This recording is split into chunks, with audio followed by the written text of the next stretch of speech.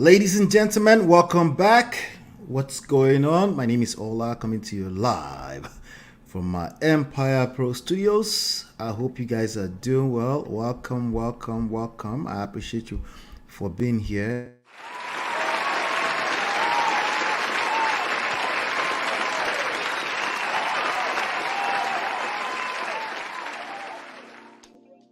All right, we do have a fantastic show lined up for you today. Like I said earlier, my name is Ola. I'm coming to you live from my Empire Pro Studios, and this is Man of Prestige. What we do here is we talk about relationships. We talk about, let me see here. Let me make sure. There's a sound in my backyard. Okay, interesting. Let me just make sure that I can hear myself here. All right, good. All right, so like I was saying, what we do here, we talk about life and relationship, and we pull these lessons from trendy topics, and we tackle these topics from a self-power, social, seduction, attraction, and emotional intelligence standpoint. And we're always learning, so this is a moving train, okay? We're always learning. So I'm learning from you, you're learning from me. We have lots and lots of conversation around this. Shout out to my sponsors, Mo Fresh, Life with Natu, Adesua, Film Girl, Open Floor by Tima, Gores Corner, D Love 3000, Yes TV, Chidima. And yes, you can join my sponsors by using the join button on the platform. Also, you can support the platform by, just download the books for free. We have 2 books, my wife and I, that were written to help relationships and marriages today. It's personal stories, tons of personal stories. So case by case, scenario based learning opportunities for you when it comes to what makes relationships work in the modern times. And you can sponsor our shows for as little as 99 cents. This month, we have one more day to go this month. Our goal was $300. Shout out to Natu for setting that goal. We're up to $263.26.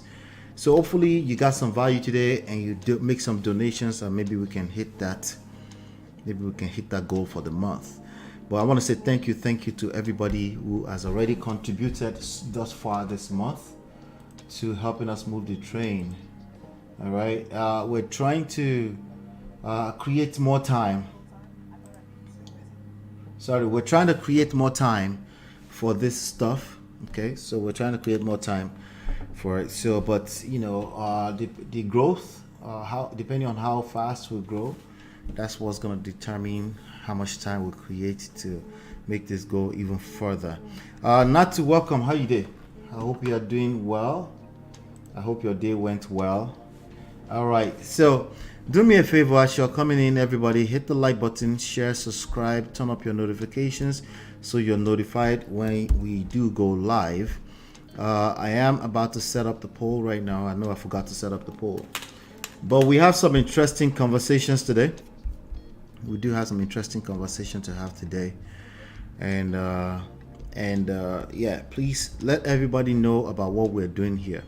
Thank you. Hit the like button, share, subscribe, turn up your notifications so you're notified whenever we go live. Shout out to everybody that just came in. You know what just happened? We hit the like button and then more people come in. So do me a favor, hit the like button. That's how we tell the algorithm that we're hanging out here, and then we're also getting value. Okay? So help me hit the like button as you're coming in, and then let's ping everybody else into the room. All right? Shout out to Babes Wind. Good to see you. Thank you for being here. All right. Without any further ado, yes, let's get into today's show. I'll be right back. Hi, I'm Lola. And this is Ola from Man of Prestige. Did you know that nearly 50% of marriages end in divorce? Studies also show that children raised in 2-parent households tend to thrive. If you're struggling in a broken relationship or marriage, you're not alone in facing these challenges. But having a solid support system is crucial. We offer evidence-based relationship and marriage resources and coaching to help you navigate the difficult times. Don't just wing it. Learn the principles that work. Download our 2 free books and book your complimentary coaching session now at manofprestige.com.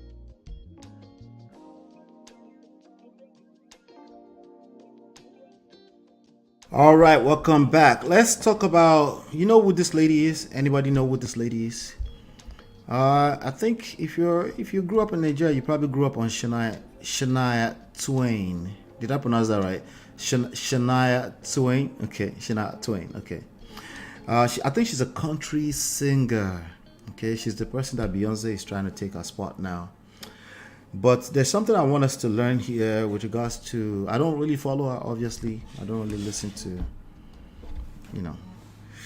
I know that there are some of our songs that I know because up to today, at least in this New York City area, they play her song all the time. And some of the oldies, they still play it all the time. Shania Twain, welcome Chinya. So I should have said it right. Thank you, Jerry. So Shania Twain. Shania, I'm still struggling. Anyway, Shania Twain. Okay. Now my brother is a big fan. Speaking of my brother, I need to bring him here so he can come and hang out with us here. I'll figure that out. Anyway, so she's a country singer. I think one of the songs that I remember, the song something like that. I don't know. I may be wrong. There's a mad person who decided to come and do landscaping this evening. My neighbors. Anyway, let's keep going. I think you guys can hear me clearly, right? Can you guys hear me clearly? Let me know you can hear me clearly. Just let me know that you can hear me clearly, and then we'll continue. So the key to forgiveness after an affair. First of all, let me ask you, ladies and gentlemen. Yes, you're right with the tune. That's me, right? That's that song, right? Yeah, the song is coming back to me, even though I don't really listen. But they still play those songs every time. Yeah. Hold on one second. Just hold on one second. Let me see if I can get rid of that person. Hold on. Okay.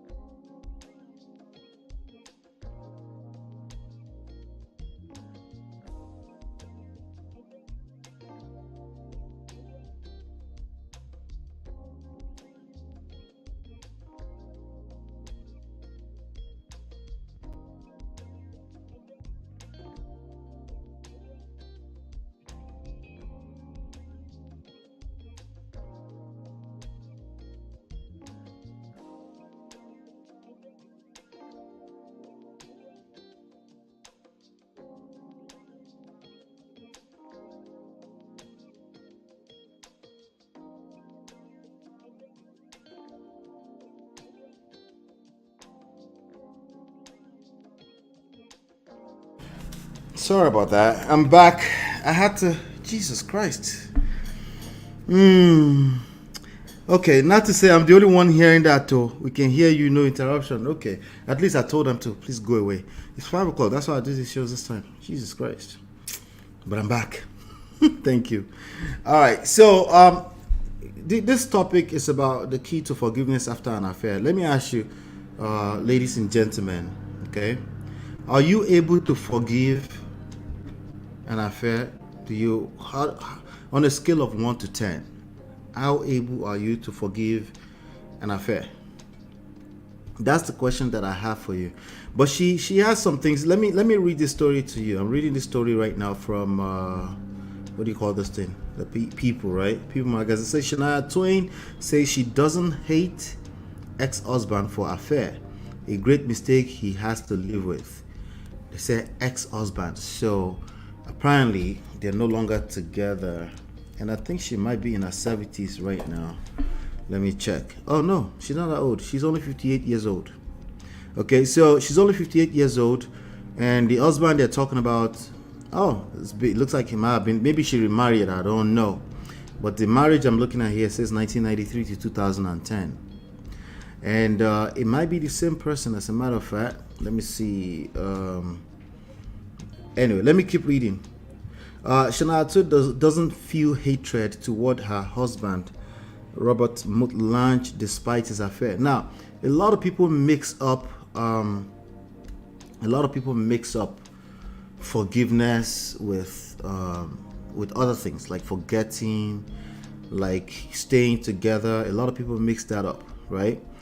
Not to say emotional affair, maybe, but sexual, I don't know. Welcome, D. Welcome. All right.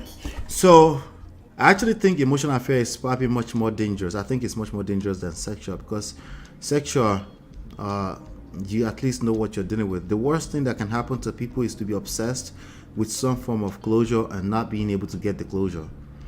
And when it's emotional affair and it's tampered with trust, you might never be able to get. It depends on the personality, depends on persons to person, right?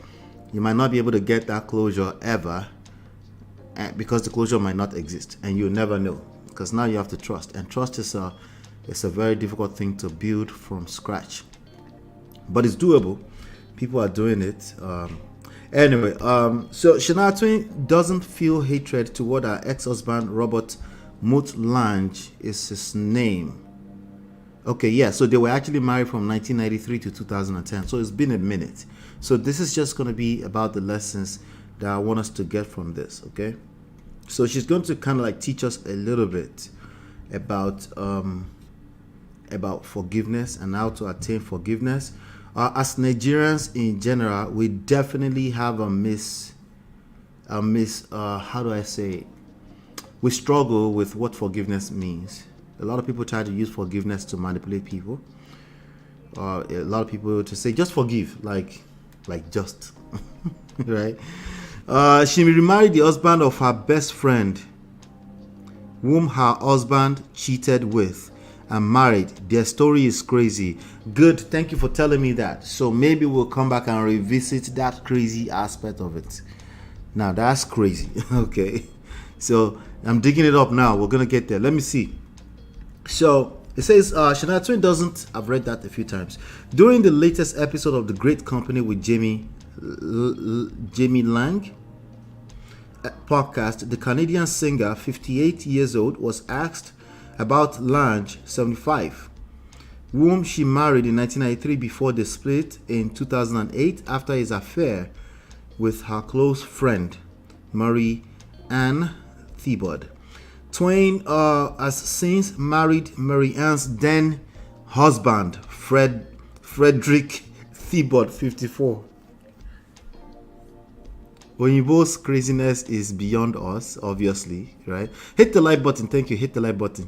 Hit the like button. Let's ping everybody else into the room if you just came in. I appreciate you. Thank you. Or share. Also share, please. All right. 54 years old. The couple tied the knot in 2011 and are still going strong. All right. So she married the husband of her ex-friend, who cheated with her husband, and they're still going strong 13 years later. While speaking to host Lang, I don't know how to pronounce the Link, let's just call Link, let's call it Link, there you go. Host Link on the May 28th episode about dealing with forgiveness in her life, she shared, forgiveness is in the family of letting go. Okay? Now, if you know anything about relationship and healing in relationship, there is no such thing unless you let go.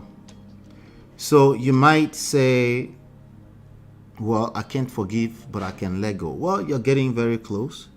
That's a very nice first step. The very nice first step is to at least to know, just knowledge that in order for you to heal and enjoy the rest of your life, you're going to have to let go.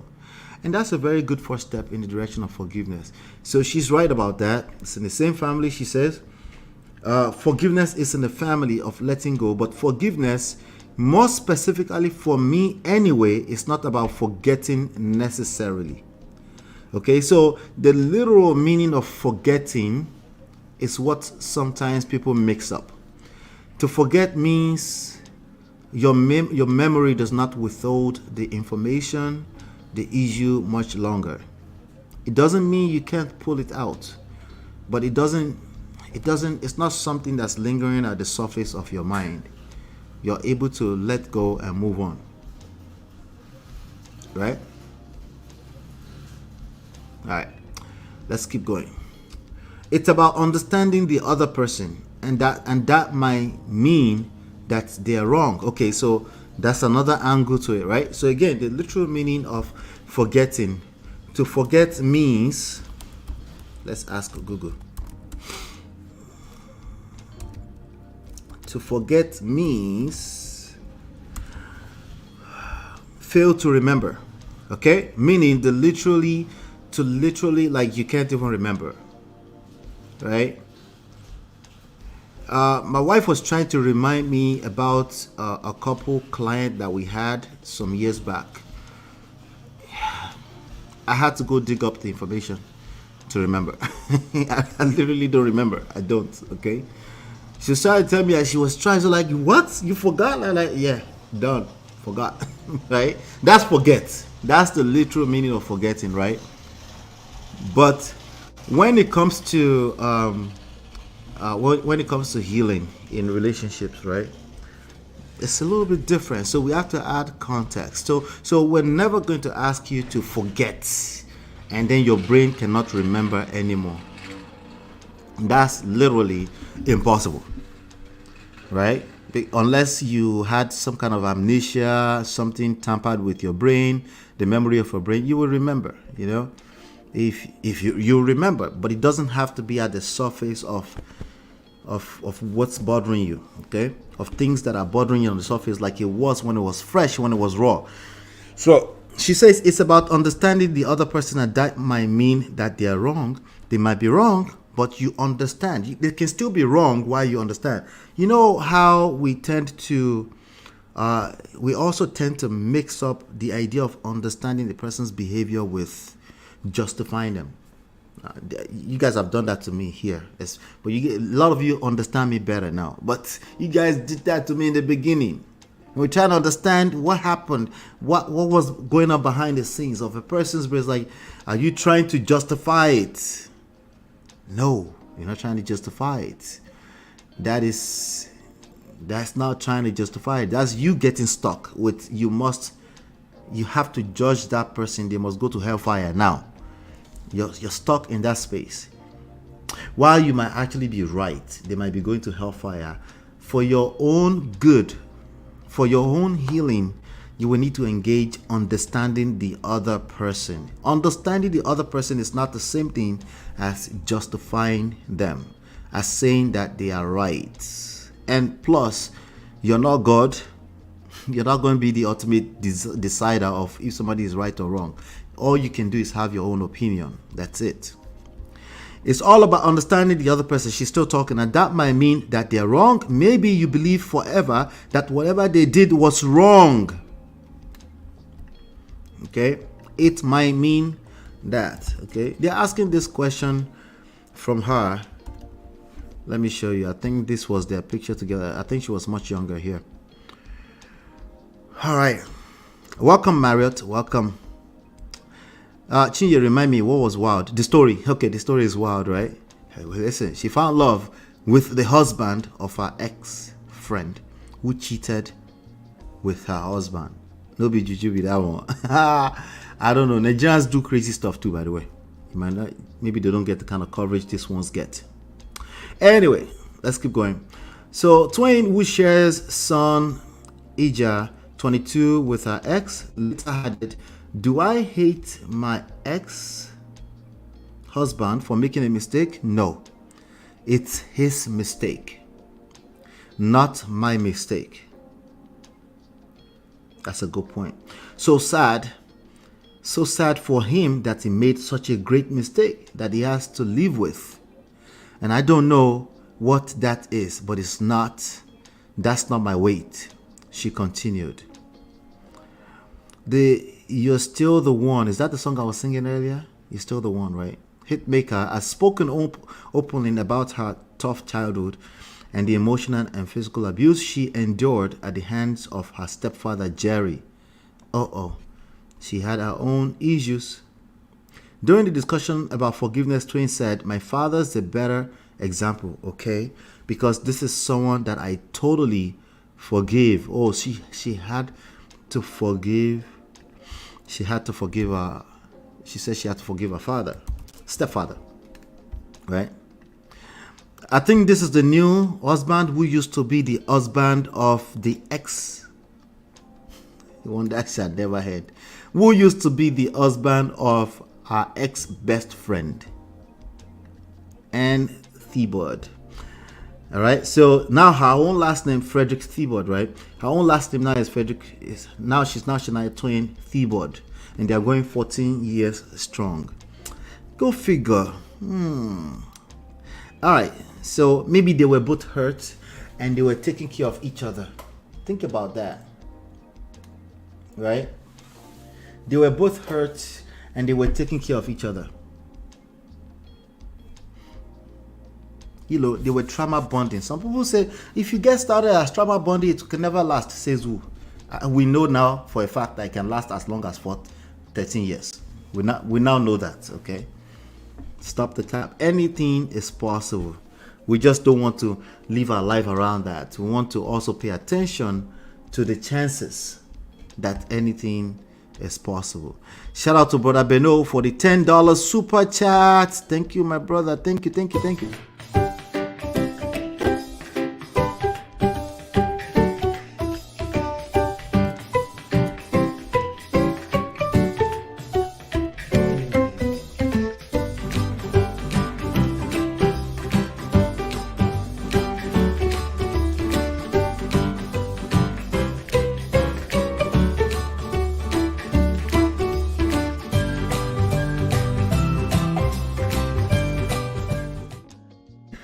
Thank you, Brother Ben. Nigeria don't report so at you cause our call.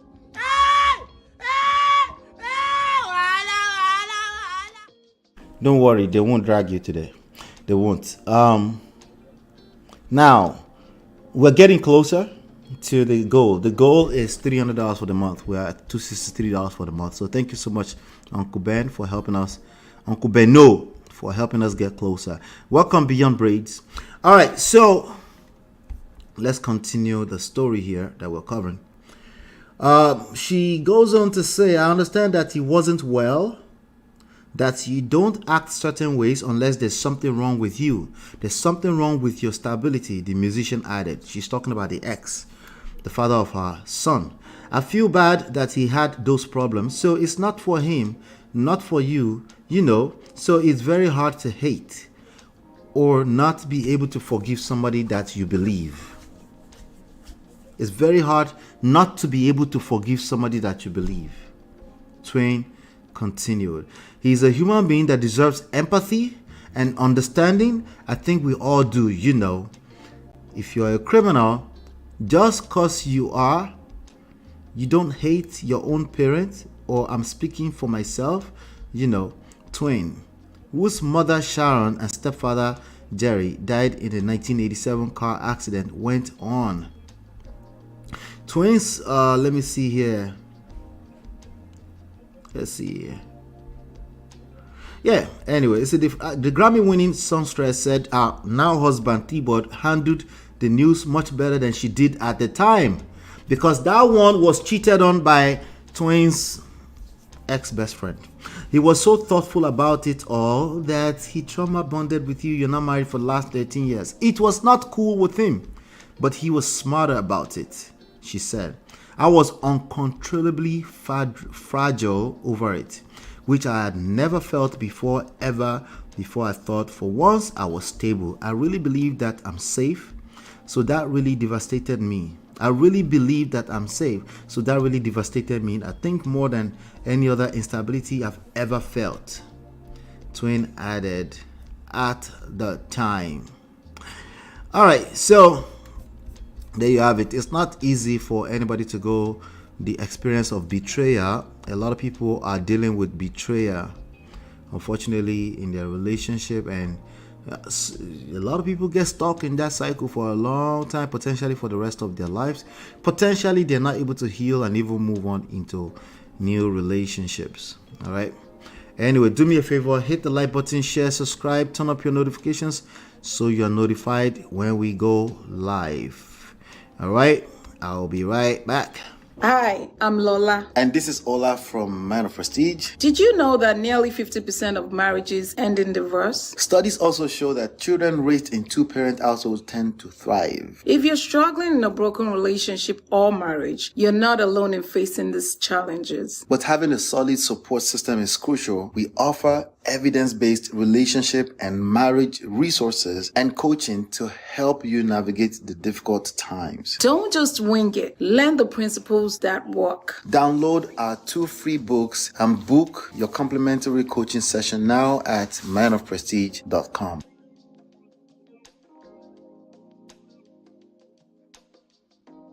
All right, welcome back. Remember we covered Seun Kuti's story here a while back. All right. And I refuse to be on that side of history. That side. It's not necessarily the wrong side of history. But I just want to make sure I bring us up to speed with this. Remember we covered it, and it was if you go back and watch that video, I think I'm still on the right side of history, regardless. I think he was talking, what was he talking about? He was talking with regards to not owning your wife, right? Seun Kuti is the son of the legendary Fela Kuti, who is now more popular today, and I have a feeling that he's not handling social media properly. Okay, social media social media is not anybody's mate. Once you start to feel like you are being heard, it's very easy for it to get into your head, and you start to the mission. And I have a feeling he needs to get back to what he was known for, which is speaking to the power, right? But not don't misdo it. Gotta be careful with that. Don't talk too much. What about don't bring your family into this issue? Like, keep talking about the political stuff. Like, stay focused on all the political scenario, right? Out there, there's more than enough. You can even push the envelope a little bit and insult Uncle Abati. He was insulting the legendary journalist Abati at the Arise News, Reuben Abati, right? He was disrespecting him, calling him Agbaya and all that kind of stuff over just a disagreement in opinions. You can keep it about the opinions. You don't have to make it a disrespectful thing. Now, I don't know. I think Fela was disrespectful to the powers that be, not persons. Those are two different things. Okay. Fela might have been considered to be disrespectful to the government, to the powers that be, speaking to the power. I don't recall anything that's about the persons, unless it's just regular shots fired and things like that you catch. If Fela is talking, there's no, if you take it personally, you will collect, normal, right? Sorry. But directly, I'm not sure. But now in this case, it's talking about his wife, and this time around, his wife was not in the interview. On the last one, they were on The View, on Your View with Mariah and them, and at least she was there sitting with you, and she was having her own words. Now, to an extent, he did say in the actual full clip, I just want to give him this credit. He said, invite him to the platform. He said that, okay? But in my opinion, he still said way too much. Listen, you can do whatever you want in your bedroom. But Akidola, good to see you, sir. You can do whatever you want in your bedroom. You don't have to say that to the public, ever. You don't. But let me play this video so you can see what we're talking about. So he was on the Bad and Bougie podcast. So you know what they say about the podcast these days. Everybody's talking. Have you ever been in a polyamorous? Me, I've always been a polyamorous kind of person. Okay, so if you've always been a polyamorous person, it's very hard for me to now believe that in this your monogamous I didn't tell you I'm in a monogamous situation. I said I don't believe in monogamy. You said what I think about monogamy. I said I don't believe in it. So what are you in then? I'm in a relationship with my, I'm living life. Let me put it that way with my wife. Are there other parties in this relationship? The way your wife is looking, she wants to speak. Parties in the relationship, no. Okay. Other significant others in the relationship? Not really. Not really. When you could have said no. Not really. Yes. Yes, not really. But to say that, oh, I as Seun and Kuti, do I explore options? Yes. Yes. Because there are, some relationships are political. My wife is not very political. So she cannot fulfill my need In the in political terms of sense. political ideas, back and forth in hashing out political theories. Okay. I'm not going to force a horse to fly. Okay. That's what it means to be in a relationship. To be in a real human relationship is I'm not trying to impose myself on my wife. In any way, shape, or form. There's nothing about me and my wife that is imposed. She doesn't have to do anything because of me. She must do it because she wants to do it.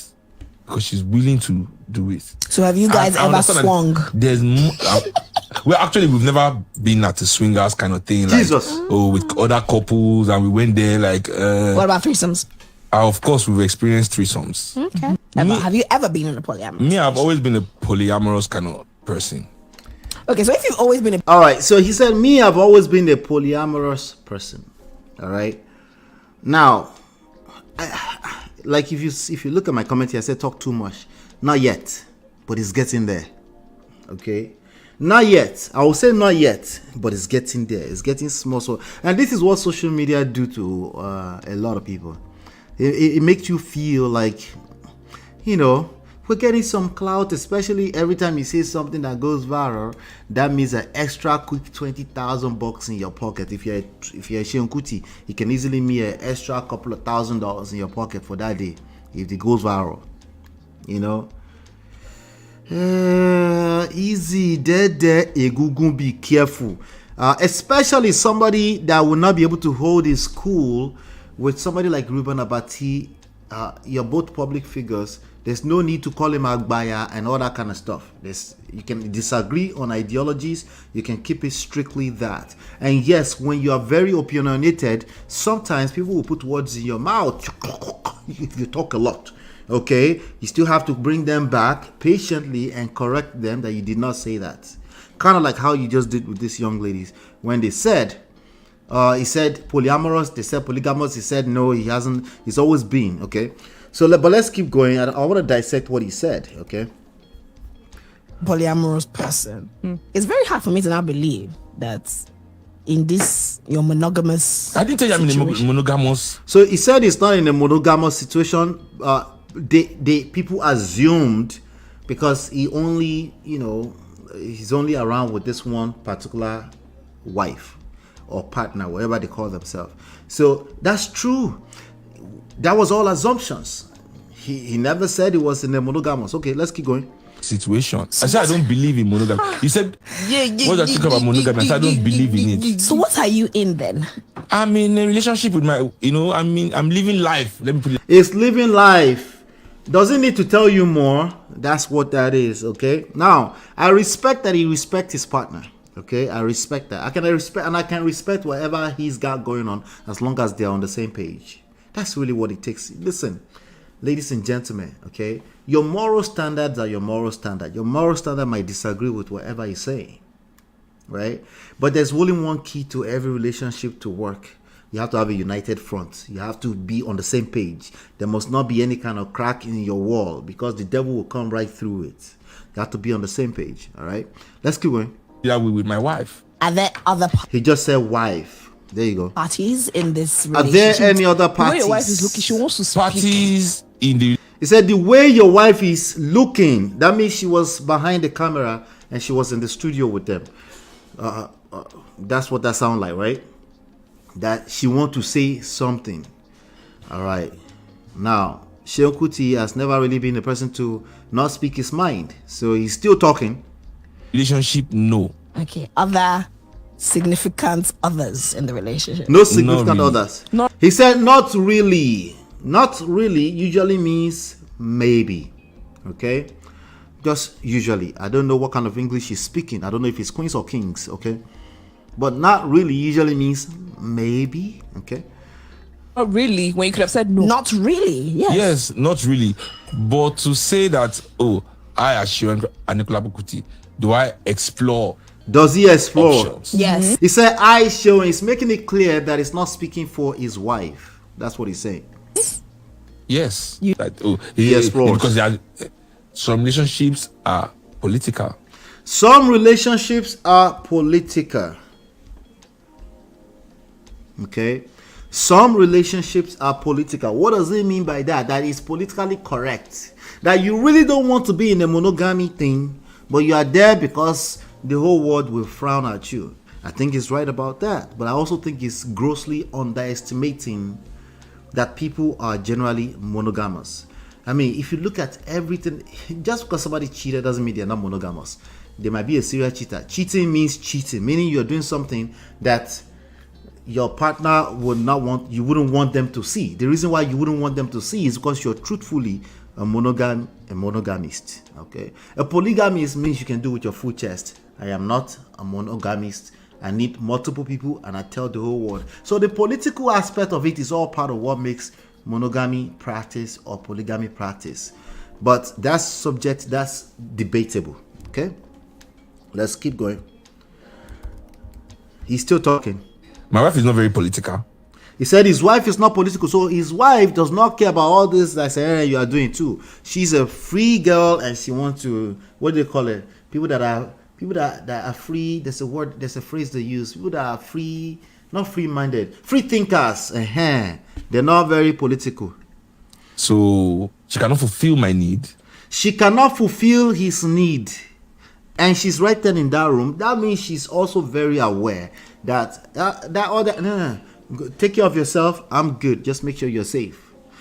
Believe it or not, there are people like that out there. I know it's hard to believe if you're like a Holy Spirit person. I know, but there are people like that. In the In political terms of sense. political ideas, back and forth in hashing out political theories. Okay. You know, I'm not going to force a horse to fly. Okay. That's what it means to be in a relationship. To be in a real human relationship. I'm not The thing is that Seun is always trying to define what something means to all of us, the rest of us. Like he has his own definitions.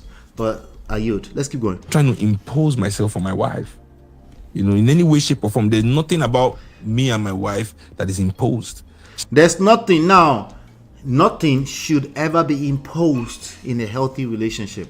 Everybody must be coming from a place of free will. If they're not, people have choices and options. The only thing is that it might take you long to find out that they have been exercising options. Just so you know, okay? He's not wrong about that part. She doesn't have to do anything because of me. She must do it because she wants to do it. She wants to. Because she's willing to do it. So have you guys I ever understand that swung? There's Have well, they actually, ever we've never swung? been at a swingers kind of thing, like with other couples, and we went there like What about threesomes? of course we've experienced He threesome. said, of course, they've experienced threesome. For some of you, that's like beyond your wildest dream. Okay. Have you ever been in a polyamorous? Me, I've always All right, so that's that. Let me come to the chat because you guys looks like you have a lot of opinion around this. Let me see. He basically have women on the side. Okay, not too many opinions. Let's see. Marriott says he also gets sports ideology from another person too. His father's son. Okay, good point. The father of Seun Kuti, if you didn't know, married 27 wives in one day, and I think part of that news that he also divorced all of them in one day too. But let's keep it moving. He's long gone, so let's talk about Seun Kuti today. She says not sustainable. You don't think? What do you think about Charlie Boy, Charles Oputa? He gives me the vibe that he's that kind of person. He might be more sustainable than you think. Never say never. Just say, for an average person, you're right. It's not sustainable. Don't try this at home, kind of thing. All right. Hold on 1 second.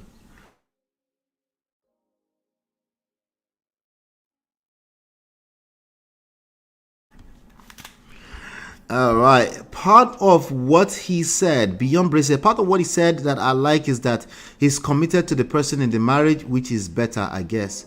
Yeah, like I said, there's a lot of, I think Seun is the kind of person that would rather just do it with his full chest than having to sneak around.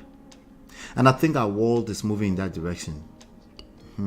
A lot of people that are politically correct or religiously correct are hypocrites. I know, Ash, I know. Wait, look at my face. I know. You never expected that one. That's the truth. Okay? That is the truth. A lot of politically correct people are hypocrites. Okay? They all do strange things behind closed doors. Now, that is also part of being a healthy human being. There are certain things you don't do in the front of everybody. Certain things you do. That's also part of what makes who we are. It's called social intelligence. All right, at least to be aware that that's what you're doing. You don't have to follow any direction here. Just be aware that that's the reason why you do what you do, not because you are righteous or more righteous than other people. All right, it's very important to be self-aware in that regards. When you start dipping and dabbling with other human beings, it complicates issue. I agree on an average. Absolutely, I have to agree with you. Like even in business, that's why they have contracts. That's why they said non-circumventing clauses in contracts, because once you start mixing too many things together, not just human beings, it gets more complicated, right? So that's just part of intelligence, to be aware of that. So if you're going to try this at home, at least make sure you have things in place to mitigate that, not just short term, but long term. A lot of people make their decisions off of the short term. So for example, our headline topic today is actually about short term, long term.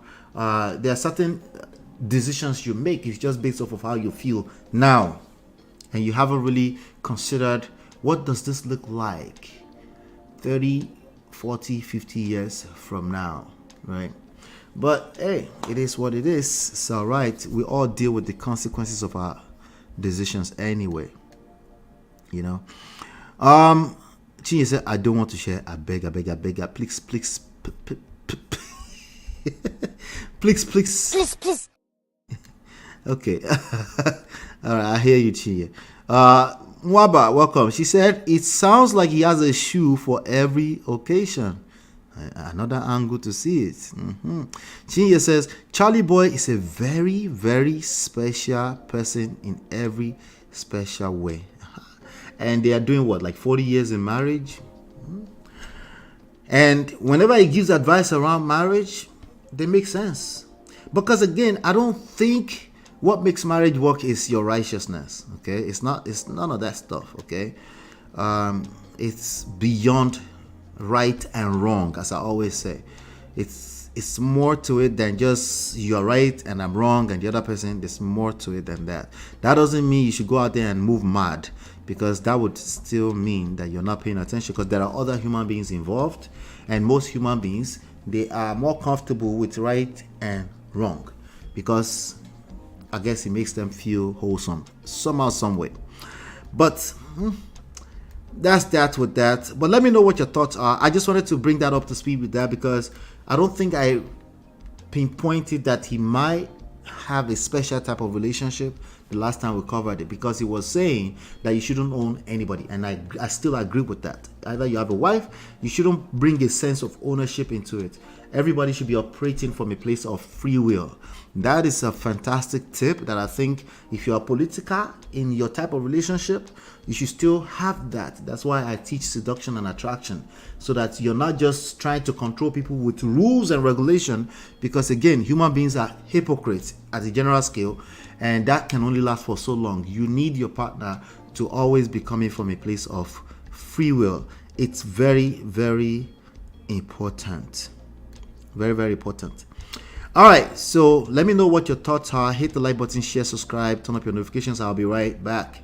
Hi, I'm Lola. And this is Ola from Man of Prestige. Did you know that nearly 50% of marriages end in divorce? Studies also show that children raised in two-parent households tend to thrive. If you're struggling in a broken relationship or marriage, you're not alone in facing these challenges. But having a solid support system is crucial. We offer evidence-based relationship and marriage resources and coaching to help you navigate the difficult times. Don't just wing it. Learn the principles that work. Download our 2 free books and book your complimentary coaching session now at manofprestige.com.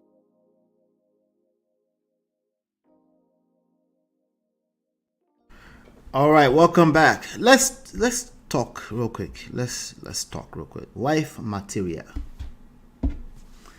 Wife material. Do men care? But Uncle Beno, where are you?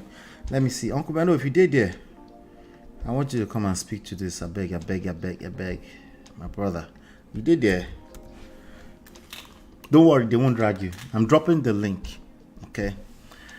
I need you, if you're there, if you're backstage there, I just dropped the link. I need you to come and speak to this one. Let's see. Yeah, I dropped the link. Oh, he said give him 5 minutes. Okay. So wife material. Let's talk about wife material real quick. Let me ask you ladies, based off of what you've seen. Maybe you have brothers, maybe you have experience, maybe you have, some experience, maybe second-hand, third-hand stories, right? Do you think men care about wife material, or is just loud mouth whenever they're talking about? Because I see that this is becoming more and more of a big topic. Okay, this is becoming more and more of a big topic. Anything relationship in general right now, they are hot topics. Okay, and I guess it's always been a hot topic, but because of social media, they're viral. These conversations are viral, and people have very, very strong opinions, and I think we need to talk about it. All right, so this is for you ladies that you might be single and you're looking for your future partner, you're looking for life partners and things like that. In your opinion, do men care? Okay, while you're at it, should men care? Should they even care? It's just take anything that come their way. I'm guessing that should be automatic no, right?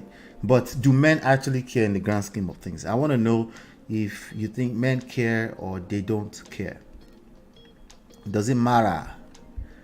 Uncle Beno said 5 minutes, so I'm giving him 5 minutes. But let me get your opinions. Everybody's quiet now. Now they quiet now. Don't get quiet on me. This is very, very important topic. Do men care about? Do they care about? Do they care about you becoming a wife material? I mean, they just marry anything. Because remember this conversation about 2 days ago when we were on Auntie B's show. I think I was in the chat that day. It was two days ago, right? It was about the girl Cedar Budge, right? And people were saying, people like her can find husband. I said my initial comment was men will smash, but they don't want to keep this. That's what I said. Okay, and instantly Auntie B caught it and said, let me shock you, right? So, and then we continue to add some more context to it.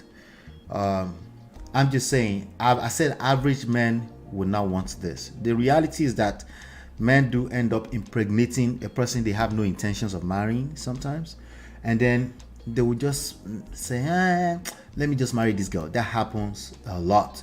That happens a lot more than we would like to admit. That is true. All right. Now, in terms of preferences, there's a difference between preferences and the reality that actually happens. So, people will say, women just want men that can take care of that. That's preferences. For me personally, people will continue. For me, in my own books, people will continue to have the freedom to have preferences. Okay, everybody will settle at some point. Not necessarily settle down for less, but settle down. Okay, everybody will settle at some point. Okay, so do men care? Do they have preferences? Yes, they do. Okay, do they always end up with their preferences? No, just like women don't always end up with their preferences, and that's not necessarily a negative thing. Sometimes life will teach you, right? Sometimes experience will teach you what you didn't know when you were formulating those crazy ass preferences. Okay, preferences that never accounted for the fact that your breath also stink in the morning. That kind of preference, right? You never account for that because you're just making preference. You're just drawing people. Eventually, you find out that you too, your shit stink. Once you start to figure that out, you too, you look at people with some grace. he would look at situation with grace, and you say, after all, I was sleeping with her, and then she got pregnant with my baby. Let's make it do. I like this girl. She's my best friend. There's a lot of marriages that end up that way. Okay, and many of them also do very well. Okay, and many of them, majority of them, if you look at the numbers across board, we also collect shige inside of that relationship. Sorry. And they will come back and tell us, I think it's because I picked wrongly. I picked it wrong. Like, they will come and tell us, like, it's not everybody that have to go through stuff. But anyway, that's not the topic. But let me see. Beyond Braid says, yes, they do, but they might have put it in the front until they are stuck with the one that locks the material. There you go. They will want it too. They do care because they got carried away. Yes, so this happens a lot. Okay, people will end up settling. So you might, a lot of time when people are talking about quote unquote the simps, right? They say, well, she ended up with a simp. I forgot the example they were giving. There was a story that broke out 3 weeks ago, and that story was about, I'm trying to bring it back to my memory. Come back. Oh yes, the story is still going viral. The Diddy story, right? They said Cassie was with Ryan Leslie, who was a good guy, and she didn't want a good guy, and then she wanted a bad boy, and she ended up with Diddy, right? And then Diddy don't show her shege, and now she's found a new good guy, Alex Fine, to clean up the mess. That's how the lame are interpreting this. Okay. No, sorry, I didn't mean it like that. That's the lame interpretation of this by many good guys. Okay, he says she left a good guy to go and be with a bad boy, and now a good guy is cleaning it up, right? So it's that same rhetoric that everybody wants bad boy, and Mr. Nice Guys always finish last. So they're calling Alex Fine a nice guy who still finished last because he's ended up with a leftover of Diddy. That's a lame interpretation in my opinion. But anyway, you get the gist, right? So do men care? Yes, they care. Let me drop that just in case he's coming back. Maybe we'll cover it at the end because I still want to cover some other topic here, right? Do men care? They do, right? Now, personally, I think the older men get, remember we also always talk about what is the preference age when you should get married. And some people are like, you should wait until you after 35. Me, I say, waiting for who? For God? Are you the determinant of that? Who is the determinant? That is a disrespectful take. You don't control time and seasons. Jeka yara one brain. Right? Now, I also believe that nobody's waiting. They just use that to justify nonsense. Okay, nobody is waiting. If you find yourself that it's taking a little bit longer than you thought, then people call it they are waiting. Nobody's waiting. Okay. And yeah, that's an absolute statement I'm making. But for the most part, nobody is waiting. But I have my brother here, but I like that your purple color. It looks purple here. No, not that one. The one in the back. Your studio. This is my hiding place. So I see. These the children have taken over the whole house. So this is your man cave. Yeah, can you hear me now? Guess what? This is my man cave too. Yeah, this is my hiding place. So the children and the wife have chased me. They took over the whole place in the house. This is where I usually stay calm and collect all the time. Mm-hmm. Yeah. Now from here, they cause wahala, bars goes up and down. I feel you. For house, it's just like, I'm sorry. No, right now, you know when you have this Gen A or Gen, what did they call them? Gen AI. They are Gen AI. Bro, no get their liver. So any opportunity I get, I just gonna hide my head, JJ. Abio. Sorry, yes, bro. I missed the video you were playing earlier. We were going round. No, I didn't play video for this. I was just talking. So I have a question for you. All right, sir. In terms of wife material, do men care? Do they have some specific things they're looking for in a wife material? Right? I feel like there is, but I feel like you might have a more connection with the street language. You know, I'm not calling you Paco. I'm just saying streets. Right? No, coming back, I'm always proud of my Paco. You can't. By the way, you can't be more of a village boy than me. See, I just watch you sometimes. You can't be more of a village boy than me. You wait a race for Lagos. Me, I dey for village for Gbese. I appreciate my Paco level because when God bless you and you have the privilege to see the two sides of the eye. Absolutely. Yeah. You live the poverty life and then you are living a relatively decent, more decent life. So yeah, you have to understand that you know, people do say that not only one life we get, but when you experience both sides of life, you understand that life now two types. In fact, three types. When you get money reach that level, when the dollar they flow. I know. When you enter those zone, you know where life is life. Oh, yeah, honestly. You know, yeah. Yeah. So to the question of do men care? Yeah. After we answer do men care, then I will answer do I care, then I will answer do you care, or did you care? Was that a thing for you? Because you're a married man of over a decade. I'm a married man of over a decade. So we can speak to you so that the ladies can also grab something out of this conversation. So do men care? Yes, men care about wife material. And what are those criteria that goes into what a wife material is? Yeah, basically there are different levels to what men consider wife material, and I think sometimes it's kind of personalized choices on what a man, like what you consider being a wife material at some level might not be what I consider. But generally all men look out for wife material elements in women. For instance, they will say, oh, I'm looking for a wife who is not a liability. She has to be homely. She has to be a wife. She has to know how to take care of the home, take care of the children. She must be respectful. You know, we discussed this respecting several times on the Prestige platform Backstage. And I'm always big on this matter of respect. Respect is a big deal for men. So when men talk about wife material, they are also looking at modesty, and that is where I think as men, modesty.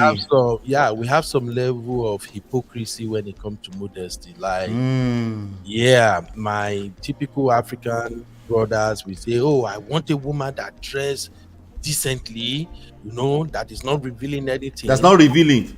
Yes. But what they are tapping on IG is revealing.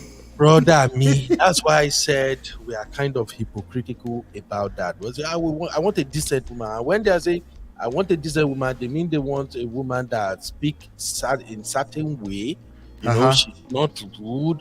She's respectful. That's just like what they are describing. And I just have to say it. Generally, wife material is a big deal, and men are always looking for what they call wife material, even when some of them really don't know what it entails to have a wife material.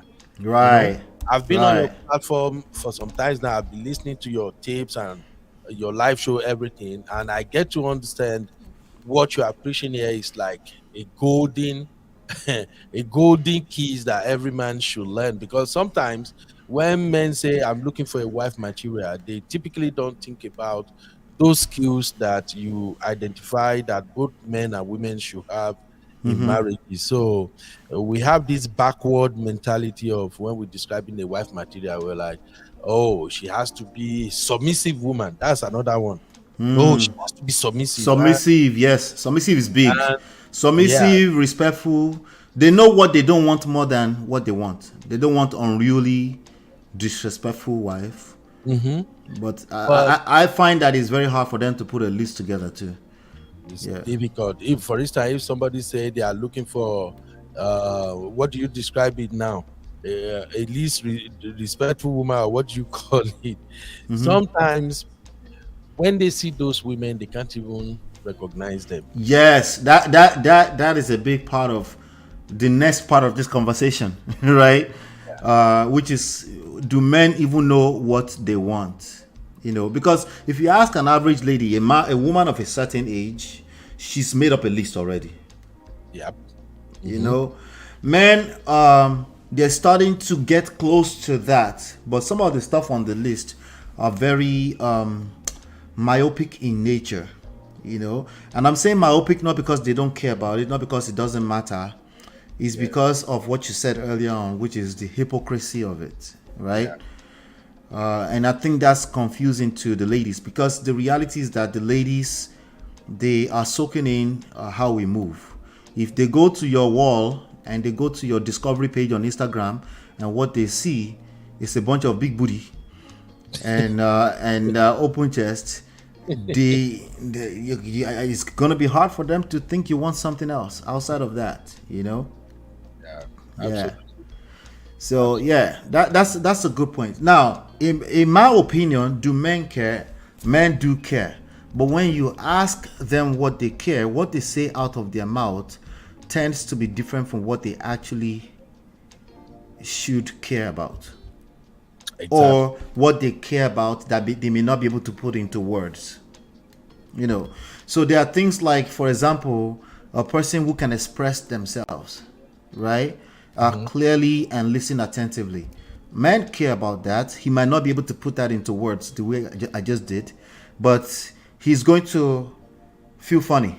If you are a kind of girl that you can't express yourself, you tend to bottle things in, you get angry, all this kind of stuff, you know, he's going to get pushed away. You know, he's going to feel some type of way, may not be able to put it into words, but that's something that can push a person away. Then also, there's the part that a man will smash and not necessarily wife you up. Oh, that one plenty, Mr. Ola. Uh-huh. Oh, but So don't reveal our secret, I beg. I won't, I promise. Just, you know, let me just whisper. So men will, because again, society allows us to do that. Yes. You know, and because this is a learned behavior from a primitive behavior from long before our forefathers has been here, men can have, generally speaking, men can have sex and not and go home and completely forgot it happened. What do you mean, man of prestige? I know. Forgive me. You are not supposed to be revealing our secret, brother. We will remove you from brotherhood, though. Now, for the men listening to real quick, men, this behavior will destroy you, just so you know. So don't use it as your key of. You don't get away with that, just so you know. But men can do that. Yes. Please, brother, before you go on, can you please help me call Marriott to order? Marriott don't begin to find trouble now. She wants 6'5". She have started now. She wants 6'5", trust fund. Marriott, please don't get me started, sister. I beg you in the name of God. Okay, don't start. Yeah. So you're very adamant on respect, right? Absolutely. Yeah. Guess what? I agree 100% that men crave for respect. They crave for admiration. So if your mouth is like a lethal weapon, even if you don't mean, if you're just trying to tell him that he should correct something, but if it doesn't come in the form of admiration, like you admire him, he can resent that. He may not be able to put it into words as like admiration, right? Loyalty. A man cares about loyalty. If he feels like you're not on his side, feelings, it doesn't have to be the reality. Feelings. If he feels like you're not on his side, you know, those are some of the things he looks forward to. Even though you might be trying to help him and you're trying to say some things, you're correcting him. If it comes off as you're on the other side, he will resent it. And then the third one, I'm generalizing, the third one is respect. So admiration, loyalty, respect.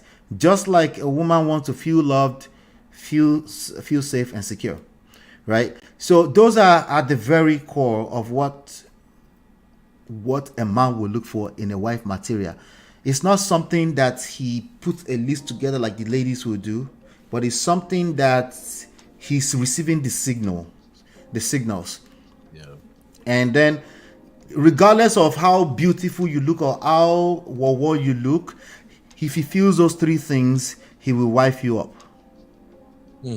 Considering that you're competing with other people. Okay, that's all. Everything else being equal, right? So if whoever is feeling the most of those things with, he will wife you up, you know. So that's on a general scales. So also, you know, there might be some list out there like shared values and goals. These are things we should care about. The reality is we don't care. We don't. Right? We should though. We should be looking for shared values, right? I know, but we don't. We don't. You know. So now some men may have been going to school of thought and trying to improve themselves, and then they start looking out for things like that, right? Yeah. There's also, I've talked about supportive and encouraging. That will fall under the loyalty thing, you know. Then also a man is a weirdo. Okay, in this respect, it's okay. The way you said it earlier is that it's a hypocrite, right? Yeah. He craves the fact that you depend on him, that he's like your king. He can protect, he can save you, right? But he also at the same time, he wants some healthy independence. He doesn't want you to be stalking him. Right? He wants you to be independent. He likes the confidence. He finds confidence sexy. Brola, don't get me started though, Brola. Yeah, good now. Let me hear more. I might be provoking some more inside of you. You are scratching my balls now with some of these things you are mentioning, you know. You see, you just talk about freedom. That's the way it sounds to me. Right. Freedom and allowing people their space. I got 2 videos on my channel, and it's all about respect. 50 ways a woman can respect her husband, and 50 ways a husband can respect their wife. And what you mentioned right now featured in both lists. Out of those 50, it features in both lists. You see, respecting each other's space is a big deal, and people don't get it, especially in this modern day and time. A lot of men don't get it these days, that giving your woman a space, a me time, a time for her to kind of relax, rewind, and is it unwind? How do they say it? Where Chidima and my grandma person, you know, Chidima probably did work. Okay, you know, give her the space to unwind. Give her that space for her to express herself, to do what makes her happy. And I know my gender in this day and time, a lot of men find it difficult to allow their wife that space to be free. Yeah, that's a difficult thing. To do them. You feel me? Wait, that one we go talk when we talk about husband material. Okay. Okay, because you see, this space thing is a big deal for me. It's one of the things I appreciate in my marriage. It's one of the things I love my wife for. My wife allows me to do what makes me happy. Right. You feel me? That's a big deal. I just came back from taking my kids out right now. Even when you were saying, Brabe, come in the studio, I was even driving. You were still driving, I figured. As I came in right now, my wife was in the kitchen, and I'm just like, I dropped the can. I'm like, babe, they go join my friend. Join your friend. Where? I say, oh, brother, he's having a show. I want to be on the show. He said, oh, okay, go. And then I heard her telling my kids, guys, none of you should go upstairs. Daddy is going live. Do you feel me now? Yeah. These are the things I appreciate, and these are some of the things I preach for people. You know, that is, to me, that is she giving me the space. Yes. Me. So space, support, right? Exactly. She gets it, and it's not, especially for a younger person, we're able to put it in words because we are seasoned men, right? But for younger people, they still want it, they might not be able to put it into words. Space and being a supportive person, that's definitely something that men will be signaling. They'll be receiving that signal if you're that kind of, if you're wife material in that respect. Some men are on the internet talking about Proverb 31 wife. Like I said, they don't care with anyone. They don't.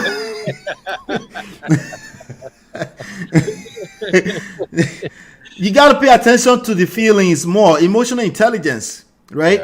You got what they are receiving emotional signals from you more so than all these crazy rules. You should still be those things if it helps you in the long term, because it will come back to the surface in the long term. But short term, you need to understand that these are the things they're not looking for, they are seeing. Yes. There's a difference between looking for something and actually to see it or receive signals that this person I don't know, there's something she does to me. I don't know what she does to me, but that's my wife. Yeah. Right? That's Absolutely. my wife. And you see, So, the area you're talking about right now, this is where I applied your leadership principle. You know, even though you and I sometimes we don't agree on some things, I recognize where those principles are key. You know, like this space we're talking about now, I like your leadership principle and how it applies to a scenario like this. If you want something to be done for you as a man, why don't you do the same for your woman? yeah. You see what I'm saying? Yeah, but Like, again, don't worry, I'll invite you when we get to that part. Today is about wife material. Let's right. I want to help the ladies today. All right. okay, you want them Yeah. to become wife material. You're not saying with your full chest now. This is your opportunity. Okay. Right. Sister Chiye, all of them they here now, they will begin come for me, give me glass food. But I love the topic though, it's really good. I know you do. That's why I'm asking you to now. Wife material is either you're one or you're not. Now, listening to us right now, you probably have, if you want to be wife material, you probably have it in you already. But the modern day woman, there are elements of that pushes against the idea of modern, wife material. Okay. Traditional. You Curse word. Curse word. I know.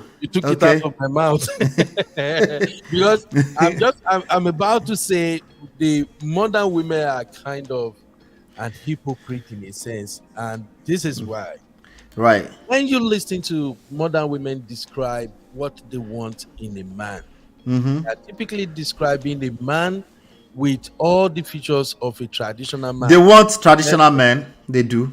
Now, when you But when you are allowed that I'm a traditional man, they don't want you. That's the key. Okay. That's recipe for disaster. oh brother, I don't know why you and TP they do me like this today. You guys are just making me laugh. If you're a full chest traditional man, first of all, you're not a traditional man. You're talking about archaic ideas. Because the ladies still want traditional men, right? They want to be taken care of. They want to rest in their femininity, right? That's the only people that can provide that is a true traditional man. A modern man is a 50-50 man. He cannot provide shingbai. I'm a share blue, yeah. We got to share the video. Exactly. So you can see there's confusion everywhere here. Oh my god. There's confusion. So I want to let the ladies know that the traditional elements are signals that the kind of man you're looking for is looking for. Okay? And really what it means is that you're still able to be feminine.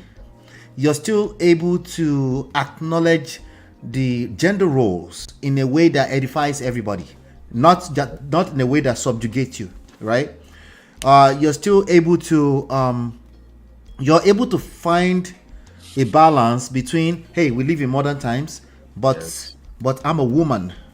Yes. No, I don't want to be a man. I'm a woman. Right? So that if you're able to find that sweet spot, that is a wife material. Especially now, you will shine. Ladies, if you're very loud about how assertive you are, that is not confidence. That's not confidence. That is just being loud. We cancel them now, just like they did for. Is he said that Bojo was that stupid small girl name? We cancel such loud ladies now. Without letting them know. Right? Oh, but God. you can see here, men are more feminine, so they are talking. Yeah. They're talking. They don't know what to do with what they're seeing, you know. But people are getting wiped up. Oh, don't get it twisted. And these Of are course. people that show these elements that we're talking about right now. They're able to feel safe and say, I'm a woman. If there's any kind of man or a man that doesn't make you feel safe, you're able to set the difference. You know the difference, that one is just a lame person. But you're able to see a man who is a masculine man, right? He's a traditional man. You recognize it. If he says it, he's not a traditional man. He's just a person who is. I'm not talking about Brother Ben, by the way. Brother Ben is just my brother. Yeah. But I'm talking about the single ones. They are the one that are claiming I'm traditional. Those ones are not traditional. They are 50-50 modern men. Okay. Basically, for me, one of the reasons why sometimes I describe myself as traditional man is because I have principles, and I also understand what's on board. You know, as a social animal, I'm seeing what's going on. I'm on social media. I see everything, and I try to blend in, even though my generation is kind of different. I think our generation should be Gen X, right? Is that our own generation? Because that's I think me I identify as Gen Z, so I don't know what you're talking about. Gen Z, okay. How you tell me you Gen Z, bro? Gen Z cannot be a relationship coach now. So that you are trying to enlighten people. I identify at least as millennial, at least. Okay. No, I think the people born between 75 and 80, are they not Gen X? Yeah, but I'm last minute 80. I'm last minute. Okay, so I identify as millennial. Yeah. No wonder me and you know they agree. I identify as Gen X, Gen Z. Sorry, Gen Z. What I'm trying to say when I describe myself as traditional man is because the landscape have changed. The way people think nowadays have changed. Yes. And some of the things we hold dearly when it comes to relationship, if you drop your idea, people just kind of see like, oh, this is so outdated. You used to think like that. You see what I'm saying? Yes. And from where I'm coming, I do understand that, you see, to have a committed relationship that leads to marriage and sustaining that marriage for the longest takes a lot of sacrifice. It takes too many patience. You have to be like so patient that at a point it will be like say you be mumu. And the generation we have now, they don't get that patient too. No, they don't. They don't, So and that's part of the issues they're having. yeah, so that's why whenever I'm on a platform that I find this kind of mentality of the modern day how things supposed to be done, I usually say, "Combo, I'm a traditional man," so that when I speak, una no go come eat me up. I'll tell you like this: you have the permission to do that because you're a married man with your full chest. We don't see your fine wife, Seth. Where should they walk out? Oh, thank you, my brother. You have the permission to do that. You understand what I'm saying? Yeah. This young men, they don't have the permission to do that. Oh, forget that. Forget my permission. Sorry. You don't have the luxury of doing that. You don't live in a traditional world. Well, the only thing we can say is that you have traditional, what's the word I'm looking for? You have traditional, values, traditional values. Exactly. And like I'm saying right now, wife material have traditional values. It doesn't mean she's traditional. All of them are modern women. Get it in your head, gentlemen. All of them are modern women. Oh, by the way, who don't want modern women though? They are confused. They are confused. Who don't want modern women? Somebody should enlighten me. I beg. Make una tell me.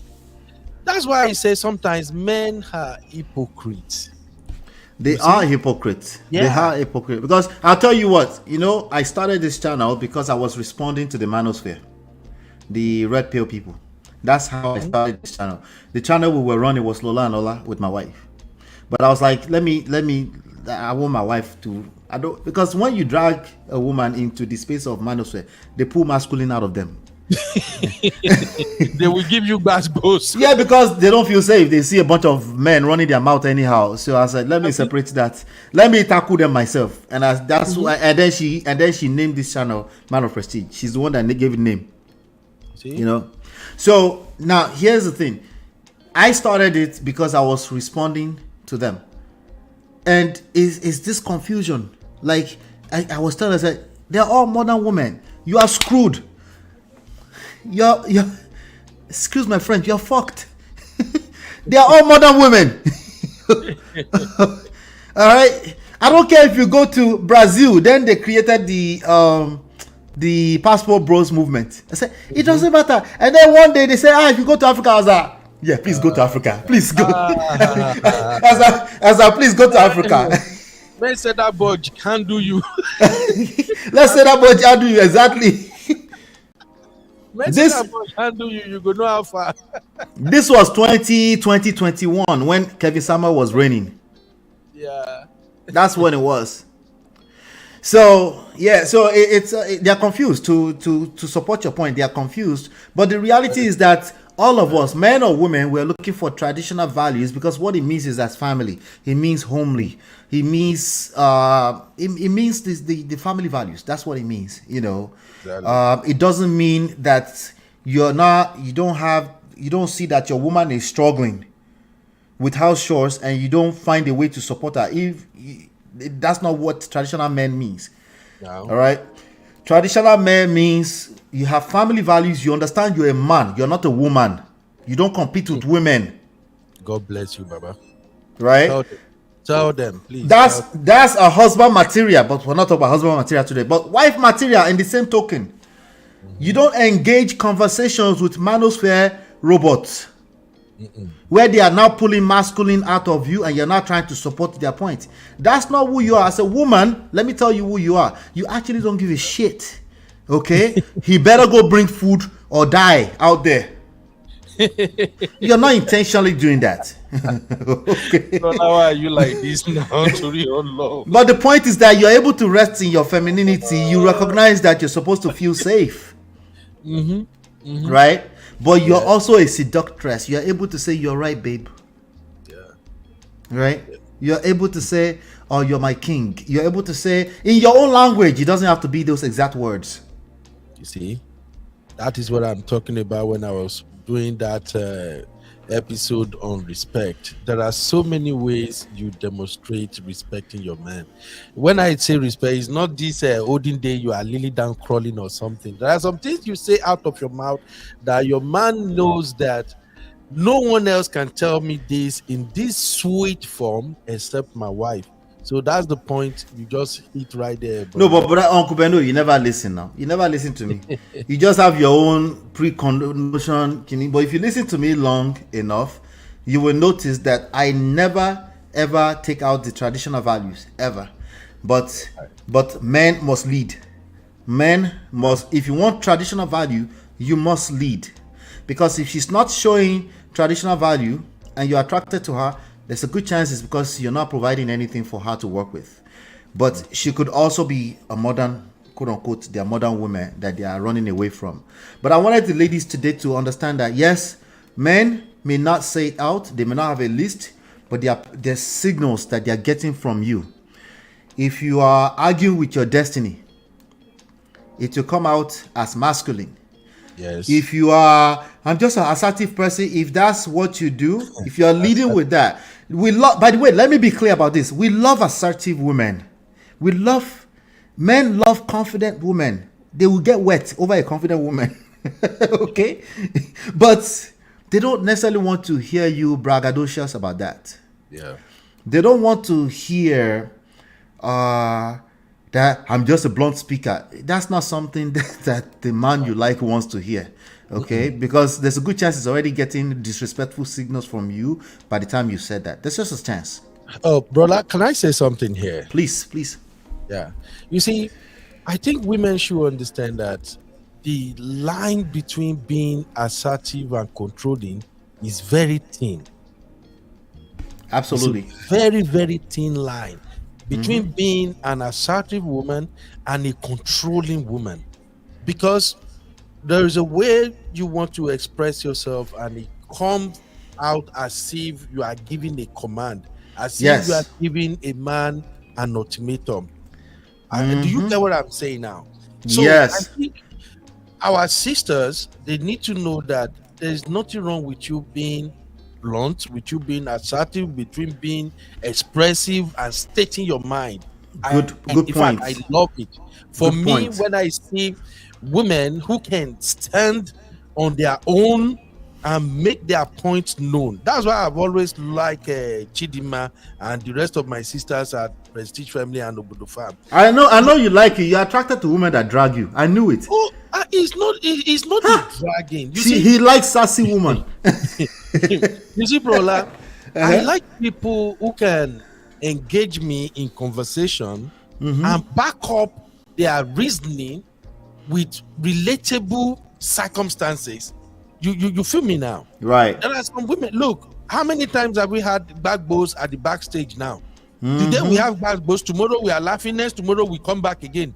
We are we are doing the backbone again. Yeah. To me, I'm learning, and I like that type of women that can explain. Okay, babe, this is where I'm coming from. This is why I think we should do these things like this. Okay, look at it. The statistics shows this. You know, the history shows that. Now we are talking. To me, I don't even see that as being assertive at all. I see it as you having knowledge of what you are saying. But some women, ordinary, But that could be. Sorry to interrupt you. That could be a sign of your own confidence level, right? it depends. That's why I said it depends on how you come forward. Not everybody will be like me. Even Right. That's the point I'm making. Sisters, all the backbones that me and my sister have had, if you have it with some men, they go even say, hey, you know what, you're bye. No, They catch feelings. Yeah, it's all about your level of understanding and how you come into things. You feel me now? You know, how many times have you and I disagree on some issues, and then you will be patient, you will go ahead, break it down, explain why it should be so. You know, now if somebody should see you and I maybe in the backstage, and I'm like, brother, I disagree with this, and then you try to explain it out. I'll say Somebody which might be part do you disagree with? I'll say which part do you disagree with? You feel me? So that's what I'm saying. When I see women like that who actually know what they are talking about, that is being assertive and know how to back it up. But there are some women that we come off like, what are you even saying? Oh, this is it. Where are you coming from? What do you even know? You know, when you start. So since we're talking about wife material, I want us to address that, right? Because some of our sisters have ended up in these conversations, and there's enough of those guys talking like that, you know, and they will now generalize it as all men are like that. And then what happens is that you end up attracting more men like that. Ladies, if you've been engaging conversations with men that don't know what they're talking about, you would, if there's enough of them, you would generalize that that's what men are doing right now today. You will end up attracting more of them because there's something about you that is enjoying the pain of that conversation. That pain is becoming familiar to you. You're finding yourself in manosphere talking points all the time. In fact, you're starting to, because for the most part, they're 80% truth and there's a 20% poison, right? So since it's making logical sense, you're also feeling good about that. There's some logic to it or something. And then you might see some of them even creating content around that and doing the pick-me's on the social media. Now, it doesn't work because it's not going to last, because the way a woman is built, she reciprocates what you bring to the table. She needs to feel safe first. She cannot be leading, she cannot be telling us what we want as men. She cannot be telling our other women. She needs to be triggered when we say we are traditional men. That's what normal women do. She said, I'm a traditional man, you kneel down and you bring me food. A normal woman is triggered by that. A woman who is not triggered by that in 2024 is not normal. Now, listen to me carefully, okay? I'm not saying you shouldn't make sense from what men are saying or what their plight is. What I'm saying is that if you get sucked into that, that would tamper with your sense of safety. You won't feel safe. That you don't belong in the barber shop where men are talking. Okay? What will end up, you generalize and you start thinking all men think like that, you won't feel safe. So now you will start to think assertive is normal. That assertive thing is a way for you to protect yourself. When you are around the men that you like, and he can sense a signal that you feel the need to protect yourself, he will run though. He will become a chicken. He might be somebody you like. He might be a healthy man too. Yeah. You know, but he will be getting this signal of something he did not bargain for. He wants a lady, but before we know it, you go there into the date. On the date, you now say, so what do you think about Kevin Samuel? How do you know Kevin Samuel? Why were you hanging out in those kind of circle? Well, I just wanted to know what men like. What I'm saying is very, very tricky. I don't want anybody to misrepresent it. Yeah. It's not like we don't want you to care for us. What I'm saying is that what we are attracted to is different. We like sassy. We want you to be confident. Yes. We don't want you to feel unsafe around us. To the point that we went on a date with you, all you are doing is argue with me about your opinions about Kevin Samuel. That is what men call masculine. Yeah. Because you clearly don't feel safe. You won't feel safe. Naturally, you feel the need to defend every talking point. To you, you're just being assertive.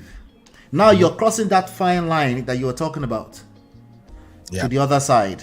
And it's not stuff we can put, that these young men especially can put into words.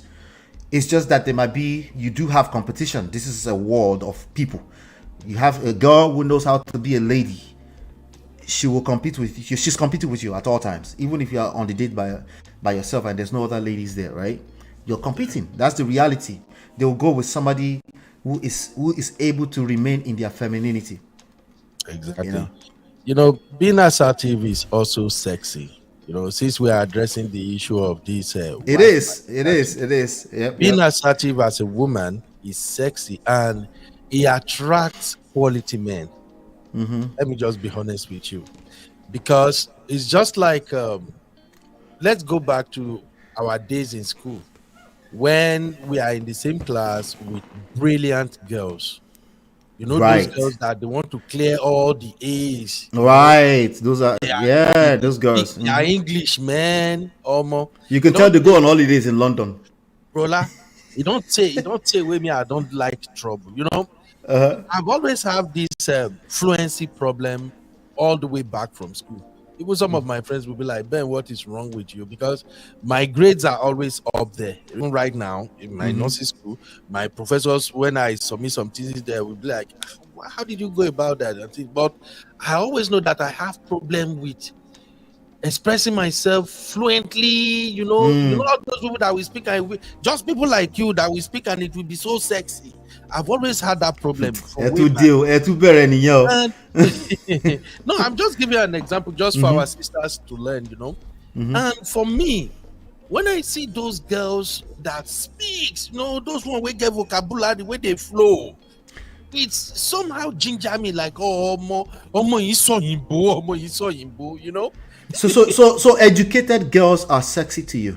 Yeah, bro. So what do you say about men that don't find? What do you say to men that don't find educated girls sexy? Maybe inferiority complex. Voila. Yeah, insecurity. Inferiority. Yeah, I think. Wait, hold on. I need to play this real quick. Wait.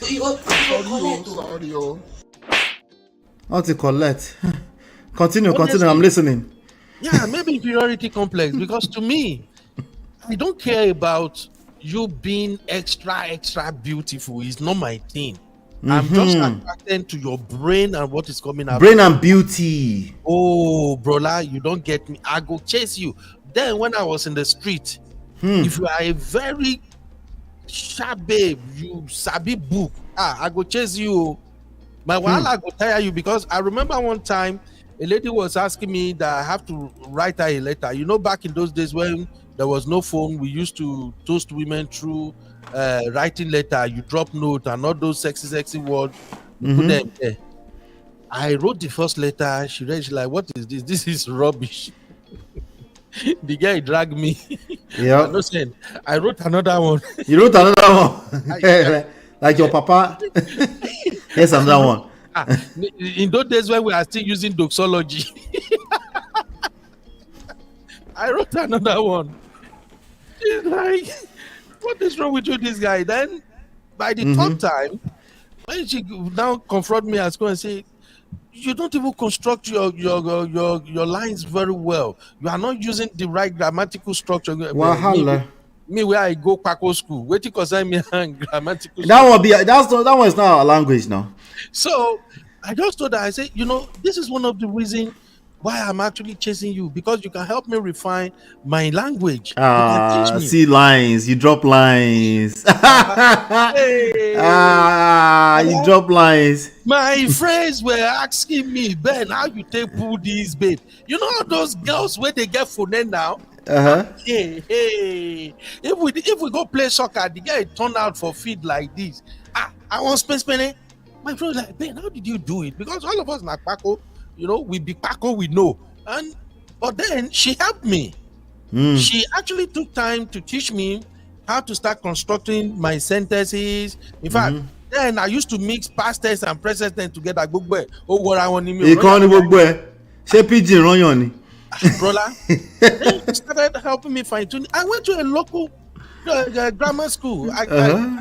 I thank God for where I am today. I can speak about all these things freely because that is like how God works. If you don't give up, you keep learning, you keep improving, Right. So, what I'm saying is, for me, I've always been this kind of guy that I'm attracted to ladies, to educated, intelligent girls. You are bold. You can. Now let's put numbers on it, Brother Ben. Let's put numbers on it. Yeah. Out of every 100, I'm asking for percentage now. How many educated girls do you know that will kneel down to serve their husband? Put a pass. How many? How many educated, this sexy beauty and brain girls do you think? Let me say think, not know. Would be comfortable with the idea of kneeling down for their men? Brother, are you saying this 2024? Now today we live now. I will not live for 1964. I'm talking about 2024 now. Make I not lie to you. I don't know any. No, just give me an idea that you think. Brother, I don't think anybody will even do it. PhD holders, master degree in nursing, BSN, CC, PhD in nursing, doctorates, engineer, IT specialist. Brother, lay down to do what? Lay down to serve food. Kneel down for your husband, And by the way, Rolo ice cream. I need to know if you're a man or woman, please. After all, you don't have a face and a name. So tell me if you're a man or woman. Brother. Yes. I think the only time an educated woman will lean down is if they want to blow the trumpet. And they lean down blow the trumpet. They want to blow the trumpet, when they want to blow the whole thing. Blow trumpet. Okay. You said blow trumpet. Okay. This brother. I attend today class. I told you I identify as Gen Z. Look at what you are saying. I'm innocent. Jesus Christ. I'm innocent. Today, Auntie B light up the whole place today. Hey. I was in the office. I had stuff going on in the background, but I was listening. That was a fun show. Today's show was fire. No, how many? Give me percentage. I'm not going to skip. Rolo ice cream. You have to answer this question. Are you a man or a woman? Give me percentage. How many educated in 2024 will be comfortable with the idea of kneeling down to serve their husband? I know they exist still. Don't get it twisted. But what's the percentage? No woman they lay down for anybody. The only women I know that can lay down for their man right now are those one who are married to all these king and chiefs and all those. Maybe they are in a function, a traditional setting of function. Maybe you're a Shania Okoya or somebody. Yeah, that something like that requires that they have to demonstrate, that homage or something to their husband. This modern day woman, lay down for who? Maybe you're married to the Oni of Ife. There are 3 women, because I know those ladies are very smart. Yeah, those ladies are very smart, right? Yeah. I don't know any of them that will lead down. We've gone past all that on a serious note. No, my question is quite contextualized. If we mean the same thing as context, it's 2024. That's context. Educated woman That's context. That's additional layer of context. Give me your number. Just give me your number. We know they exist. Give me your number. How many of them, I'm going to make a point after I see your number. How many of them will be comfortable kneeling down to serve their husband in other ways outside of blowing trumpets? Oh, damn, you don't buy you. Not only Brother Ben, if you're in the chat, give me some numbers now. Let's work with your numbers. Let's work with your. Me, I don't disagree with you. As far as I'm concerned, Bon Chance and Rolo ice cream. You're right. You're right. But I want to see something. Give me your numbers. I beg. Oh. This is a good point. I want to see something. I think you're right, but give me some numbers. And I do it subconsciously because I am used to it growing up, not kneeling all the way down. No. Yeah, I get what Sister Natu is saying there. You are doing it out of respectfulness, you know. You are just being no. She's doing it subconsciously. Yeah. Like me right now, when I'm greeting my father, I still kind of bend subconsciously. It's not something I have to think. Yeah. Right? But I'm actually supposed to prostrate if we're talking about this culture. My father will prostrate flat in front of his father. I grew up knowing my grandfather very well. Flat. We're talking culture. Let's not get it twisted. Stop the cap because I don't see numbers yet. Stop the cap. I don't see numbers though. Stop the cap. Yeah. Bon Chance said, cultural context, MOP, Nini is not part of my culture in Nigeria. And I agree. I think Bon Chance should be an Igbo person. Oh, in that respect, that's what she's saying. But we're talking about people that are asking for kneeling. So that should be a default context. Sorry about that, Bon Chance. And people who want Nini should go to the village and marry now. They will meet Seda Bojo. Don't you don't like your brothers. They will meet Seda Bojo for village. Oh, bro, I don't mention that guy. That guy get under my skin. Do you think Seda Bojo is kneeling down for any man? Well, we're not talking about Seda Bojo. We're talking about educated women, right? Right. So there's confusion here. It's not, as always, it's not always about right and wrong. It's about, yes, it's a cultural thing, but culture is not a stagnant thing. Culture is a moving target. Yep. Me and Brother Ben, we don't have Uba Shoro online right now. And the chances that we're going to have that on in the next 2 days is almost slim to none. Yep. Maybe on Sunday when we're going to church. And it's probably not the one that our Baba were wearing. No. Culture is a moving target. I agree with that. And talking about the clothing thing you just mentioned now, these days that majority of us who are now hustlers, especially men, we just want to wear shirt, wear something simple and get out of the house, go find money. We don't get time. Right. Shit. And back to Bon Chance's point, right? Context matters. When we're having this kind of conversation, we're talking about wife material. Somebody's talking about kneeling down. And by the way, inside of the culture where they do it, that's the question. That's where the question came from. How many of them inside of the culture, so it's Yoruba culture now, how many of them do it in 2024? Right? And you see how this last 2 minutes just took over that conversation. That's what we're doing. We're not learning the things we need to be learning in relationship. We're talking about nonsense. Yeah, we just have to understand that in this time and age, as a man and as a woman, you should understand the expectations of your spouse and some of the things you can do. And that's why I always say that during courtship, you have to ask all the necessary questions. Get to know the man you are getting involved with. You know, these days, women just fall for money and all these fancy things that they see around. They really don't do the homework. You don't talk about Seda Bojo again, no? No, we have to mention we are talking about wife material, right? Because Seda Bojo is not wife material for you. God forbid. Because for instance, I'm coming from the angle regarding all this culture thing we spoke about now. Right. I'm coming from the angle that if you're gonna marry a man, you should know what he expects of you. And if you are in with a man this Yes, time yes, of age, yes. that the man is still expecting you to kneel down with your certificate. So with so being eh, the so most practitioner. so, and I want to get back to what we're talking about, because we're not talking about husband material. When we're talking about husband material, one of the points will be, if you're walking around town talking about culture, you're still expecting someone to kneel down for you. You're not husband material. That's that. But we'll talk about that then. I will break it down even further. It's not about the kneeling down per se. It's about your orientation. Mindset. Yes, a mindset thing. But let's get back to this one right now. I want to ask you a question, Brother Ben. All right. What did you care about when you were deciding that your wife is your wife? That she was the ultimate wife material. What did you care about?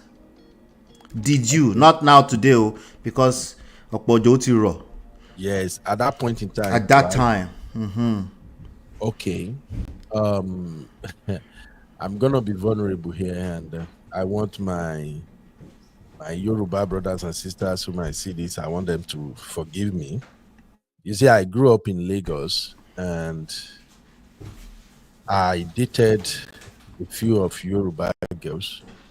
One of the things I found very not irritating, let me just say, I really don't buy, is the fact that those one that I dated, not everyone, those one that I dated, they have the tendency to talk too much. Yoruba girls. Yes, I'm sorry. They have the tendency to talk, like papa papa, popo popo, everything. And sometimes it's hard to get my thoughts across. When somebody is already running their mouth and things like that. I'm saying this for the ones that I dated though. So from that was your experience. Yeah, from my experience, I've already made up my mind that I want a woman that is somehow quieter, that talks but not that much. You feel me? So when I met my wife, we started as a friends. We don't even know we are going to date or end up being married. One of the things that attracted me to her most is that she don't talk that much. She don't talk that much. She only talk when it is necessary. I don't know if you feel what I'm saying. And then if we are in the midst with my other friends and everybody, she chooses when she want to come in and say one of two things. She might be smiling, laughing at whatever we are saying, but she's kind of reserved, and let me use your term, she's kind of the reading the room kind of person. You feel me now? So that's what attracted me to her in the first place, and that is how our friendship started growing until we start dating, and then we end up becoming husband and wife. So if you ask me, one of the things that attracted me to her is that fact that she read the room, she takes her time before she talks. And when she talks, you know that this person is saying something, So, and to date, she's still the same way. Although now she talks more now because we have children now. And me, I be wahala person, so I open her mouth by fire by force. She started talking. Oh, she talks. So that was a major thing you were looking out for. Somebody that doesn't talk too much. Somebody that doesn't talk much. That was like the first thing to me. That's what I was key about. That's what attracted me to her in the first. Like I said, we met. You meet some girl and you just want to ask them out straight up. You know your intention for meeting them and starting things with them. But in my own case with my madam, it wasn't like that. She has a book, Rich Dad Poor Dad. I wanted to borrow the book to read. That's just how we connect. And then we were like just friends for like almost 4 months. That we'll just come to school, we exchange pleasantly, we talk, we crack joke and things like that. But when I now saw how she conduct herself, how she's this kind of I talk, I speak when I want to, and I know when I don't want to speak. Oh, she just won me over. But like I said, it was my previous experiences with my own people that put me in That made you appreciate her for that. That's Right. what put me in that space that I started looking out for somebody who is not just gapping, you know. And after, when you see how devil they work, after me and my wife started dating and we started getting serious, I still met like 3 different Yoruba girls that were just like her. That were just like her. Very sensitive people. They don't even talk. They go, they look you. Now you go, they run your mouth. When they go talk like this, you know what I'm saying? So it was almost as if devil won't tempt me. Right. Like, this one are my own people of what I was looking for. This now. Right. That's a good point. That's a good point. So it goes to tell you again what I said earlier on. We don't write these things out on paper. We're just getting emotional signals when it comes down to wife material. So in that respect, I would say what you just described will be that may have been something you interpreted as respect, but sounds to me that you felt safe. Because when we say you felt safe and secure around her. Actually, that's not even what I interpreted as respect. What did you tell me? Maybe the day you do a show on respect, or No. What did you interpret? What's the core thing that you interpreted? The fact that she was quiet, reserved. What did that make you feel? No, being quiet, reserved is an attraction to me. Okay. Yeah, that's what actually attracted. But it made you feel something. How would you describe that? First, it made me feel heard. Okay. So significance.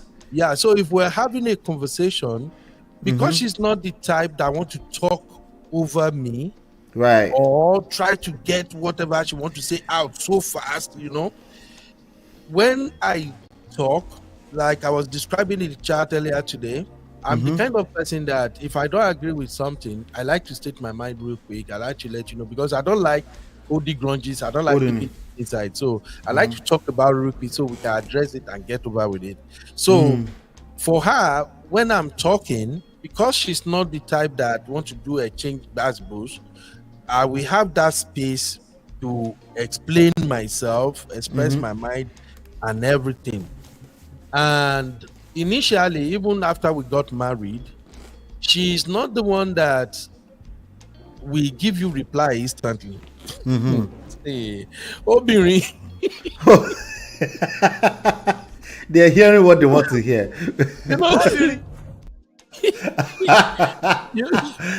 Like me, I'm talking because I they are understanding. They're playing with you. They understand. Oh. Black Diamond said, "Let no one ask my husband this question, no, because he will say I saw nothing. This woman can misbehave." Oh wow. Okay, so Uncle Beno, significance is the feeling you got from that. Yeah, so you don't have somebody talking over you. I can express myself, right? And then she will say her own side, and that was just it for me, that we can actually have a conversation, and then we can hear each other out. Even though the hearing at that time, I thought we are hearing each other out, but after marriage, which is a subject for another day, I realized we are not even hearing each other at all for the first 5 years. I'll be curious to know what your love language is, yeah. Me? I'll be curious to know what your love language is. Well, when on what show did they talk about Film Girl? You are speaking like Film Girl now. Film Girl is the one that mentioned this love language once. Film Girl is a woman of prestige, of course. We're speaking like each other. I don't know what you guys describe as love language. You have to go and do the. Okay, I'll send you the link. You have to do the assessment, brother. My own love language be say I come back from work, food day house. That's not love language. No be love language. No. My own love language that was. Don't make that sound bite. No be love language is that one. I beg. You ask me question and I'm asking. You have to do the assessment. Anyway. My love language is I come back home, my food is ready. So far there is food in the house. I swear. Even If we go by that alone, maybe it's act of service, but I doubt it. You see, brother, there are too many terms to classify so many things today. And this is why me and my sisters are prestige five. We always go back and forth. See, people are different, and I can't stop saying this. Every man is different. If you just find out what is most valuable for this man, what does he kind of like hold in high esteem, you've won a jackpot. That's the point of love language. Okay, but it's not just about kneeling down, because kneeling down is not a love language. It's not about anything surface level, myopic, anything. It's about what people feel emotionally inside. What does that mean? Whenever she brings the food to you, or cook food, or make sure there's food in the house, there's a feeling that comes to you for that. It might be driven by culture too, but there's a feeling you get. Yeah, you see, for me, it's like this. Right from onset, I was raised the way my mom raised us. We always have food and excess food in the house. And we eat quality food. We don't eat junk. Even when we are going through all our up and down and everything. And when I became a boy into a man, walking and doing everything, one of my main things is I eat quality food. And I don't eat out. Are you feeling me now? I'm just explaining where this food thing come from. Right, I get you. I don't eat outside. I eat food that are well. If you don't eat, do you get cranky? Like if I jam you for 3 p.m. and you haven't eaten all day, will you get cranky? No. I'm not usually like that. So you're not like that, and you're not a foodie, and you don't worship food, and then somehow food enter this conversation. I beg, go do the assessment. Make we find out what your love language is. See, okay. Now no love language. My own love language. You say, I come home, my food day. You prepare my food the way I want it. House is neat. What did it mean again? You're already speaking my love language. We don't have issue. See me. We will do the conversation another day. I hear you, but this is something we need to break down. Yes, for some people, this time, brother. Let me just be honest with you. Yes, I think people have made love become too complex. That's why we are breaking everything down to everything. Remember back in those days when you see a girl, you love her. You don't even understand all these things. Wait, Uncle Ben. Who make love too complex? Who did? Oyinbo and going to school, plenty grammar, everything. I just don't. No. You use the word just now. You gave it a name. There's a noun of what made it. You said people. People are complex. Welcome to the real world. I don't know about what I'm describing here. Where is Chinye? Chinye, Sister Nato and Co. They should understand what I'm saying. Back in those days, when you see a girl or a lady, you love what do you mean they should understand? Back in those days, they are Gen X, they are Gen Z people. What do you mean back in those days? They don't understand you. I don't understand these people. Everything comes with a description. I tell you, I'm telling you. We're learning more. We're learning more. Chi has answered you. Chi said Beno love language is physical church, act of service, word of affirmation, giving. What's the fifth one again? That would be quality time. All right. So out of these 5, which one do you think your love language is? Physical touch. Pick one. Pick one that resonates with you the most. By the way, it's probably still incorrect, but pick one. Physical touch, act of service, words of affirmation, gift giving, and quality time. I can say, if we have to go by this definition right here, yes, I can say act of service and words of affirmation. That words of affirmation is really a big deal for me though. So but I don't really buy into all of the. All I know is that when I love you, I don't attach my emotion or feelings for you to anything. I love you is I love you. And I don't know. You know why you're saying that? You're still saying that because you think people sit around and just attach you to something. This is there's tons It's of because research and people- studies that goes around this. Rolla is because people make love become complicated. Love no. is not that complicated. People are the one who are stretching things with expectation. Okay, so people they like this, love they like this, and people just to go to love and make it complicated. Rolla, I get it. I know you are a coach, and by training you are supposed to analyze everything. But I'm just saying this. You see, when you fall in love naturally without attaching. What does that mean? What does fall in love naturally means? I'm explaining it to you. Oh yeah, now. please help me. That's why I'm calling Sister Chinya and Sister Natu, because those are more or less like people from my generation. They might probably understand what I'm saying better. Even though life might have happened now, but growing up, they understand what I'm saying. I doesn't aware. Tell me.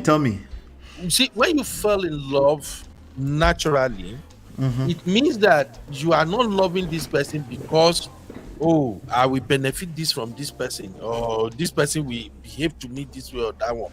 You just see them and you appreciate what is before you. You just desire them. You want them for who they are naturally. Now later, I don't really do all this. Let's break it down. Is my spouse acting? No, you are breaking it down for me. You're like I'm not going to break it down, but you're breaking it down. So outside of Jesus, tell me somebody you know that love just because you are. Brother, anybody that doesn't love you just the way you are, they are not giving you true love. True love is the only thing that can make somebody offend you, and you look at that person like, okay, no matter what you do, we will see this through. Let's just cut all this thing off. Once we start attaching measurement, that's why this Gen Z, they are so confused right now. And this same thing is affecting a lot of modern women now, is blocking them from finding love. Outside checking a man out or a woman out that they have a job, they are well behaved, they are well mannered, and you love them. Once you start attaching and you just gave me about 5 different formulas of yours, by the way. I don't know if you realize you just did. You are the expert. You can analyze that, but I'm just saying it from my own point of view. You know, like, okay, maybe if I use welcome, Tonya. Maybe if I use personal example, this can be clearer. Let me give you an example, brother. You know, I've always been honest on your platform and Obodo Yibo TV's platform with my own. And I appreciate that. Okay, me and my wife, the first 5 years I lived with my wife in this America, we get back go so Lord of Jesus, and I've told you a couple of things in confidence before. We get back go so, but do you know what keeps us going?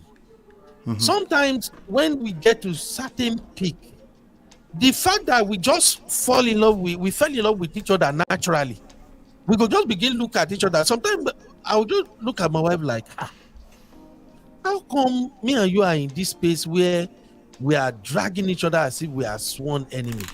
And sometimes my wife will just come around and say, you see this your big head. This is not how I think you will treat me. See how you are behaving now. And that's it. We'll just start laughing and that's it.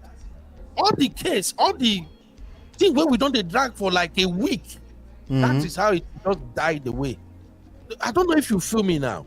You know, I'm not feeling you. I'm just listening. You I can't hear see you me though. because you're an expert. You have to analyze.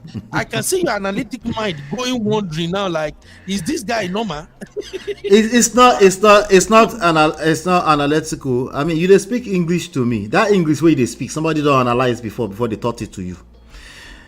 So we do have to break these things down, especially if it's causing issues in people's lives. You see how you did so? Let me use your language. You said love naturally. Somebody they sit inside their marriage right now, as we're speaking right now. They think they love naturally, right? Their partner think they love naturally, and they are collecting shege woto from each other. It's complex. You're right. Everybody's own is different, brother. I get it. Like maybe if you break it You're down, not different. That's precisely what I'm disagreeing with. You're not different. We're all the same. We have so much in common that we like to admit. Everybody is running around social media saying we're different. We know we are different. We're unique. But there are patterns. There are things you can learn when you start to observe. and one of them is this love language thing. It's just a theory. You see what I'm saying? It's a theory, like a framework that you can work with to understand your partner, right? Yeah. You do an assessment. They give you, I don't know, 70, 100 questions. And then the thing will spit out, you know what? This is your language. This is the language of your partner. And you can use that to understand them better. But because remember, we're using to solve problem, right? Yeah. Imagine if we just go there and say, you don't love your wife naturally. You're supposed to love your wife naturally. Everybody will collect me now. Okubendo. Do you understand what I'm saying? I get you, brother. See, let me put it this way. Maybe it can make sense. Maybe this is what you are actually trying to describe as love language. Mm-hmm. This is what I understand. I know what I shouldn't do. That if I do such, it will piss my woman off. I know what if I do, she's gonna be laughing and smiling. I know how to get her into whatever mood I want her to be. I know how, if she's undergoing something, how to bring her out of it, and boost her morale and stuff like that. I know if maybe that's what you guys are describing as love language, but all I'm telling you is that for me, and even on my wife's side, for instance, nobody knows me than her, for example. So the way I laugh, smile every time, so she can read me front and back. She knows you, and that took how long? If you were to just guess, a quick guesstimate for her to know you. That took how long? I think you cannot know somebody perfectly well in this marriage thing, but I think so far so good. After the first 5 years, she began to get to see how I operate, what I appreciate, and how I do some stuff. So maybe that is what you guys are describing as love language. Like, if I'm sad, she knows how to make me happy. If I'm angry, she knows how to de-escalate the situation. And if I like, she's like my therapist. Even if I'm at work and I'm pissed, or maybe I'm somewhere, somebody annoying me, I'm really angry. Guess who I called first? And my madam.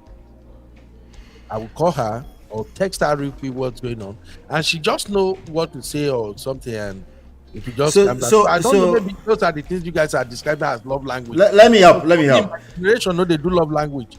We find you, we love you, we are all in. Period. No, come rain, come sunshine, we are with you. So make I help in this respect. All right. Because other people are also listening, right? Yeah. The 5 Love Languages is a book written by a guy called Ojulorowa. Where you the run now? Oh God. Okay. I'm a walking Momo. There's a guy called Gary Chapman. He wrote a book called 5 Love Languages, and that's where it stems from. Okay, it's absolutely, in many respects, you're right. It's a theory, right? But the theory is designed, it's very similar to whenever I pull this one up as well. I always pull this one too. Even this one we did here, where they used describe earlier. This one on the screen, the 6 basic human needs. It's also a theory. There's also the Maslow law. There's many of them out there, right? It's a framework. Kind of like how they give you like a small formula. Okay, if you have this formula, you can describe this thing. It makes it easier instead of everybody using their own rules. When you say to me, imagine if when we enter this Yankee Street, we just they do to me, his bag good, everybody mama call around. So they create framework rules. Wherever you go in the United States, when you see a stop sign, it has the same shape. It has the same, right? So like that, because people are going through a lot of issues with their relationship, this guy came up with this theory, right?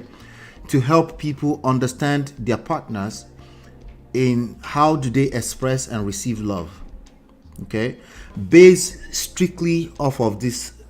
You're right, it's a theory. You see what I'm saying? That's what it's based off of. So me and you can look at it and say, yes, so me, I just like to fall in love naturally and I like my food. You have the right to say that, right? The problem comes when there's both inside of relationship and you say, I like my food, and your wife says your food beats about, I get 40. lórí food tó ń béèrè yẹn, you don't deserve food, right? So in order to understand people that may be going through crisis, this is one of those, right?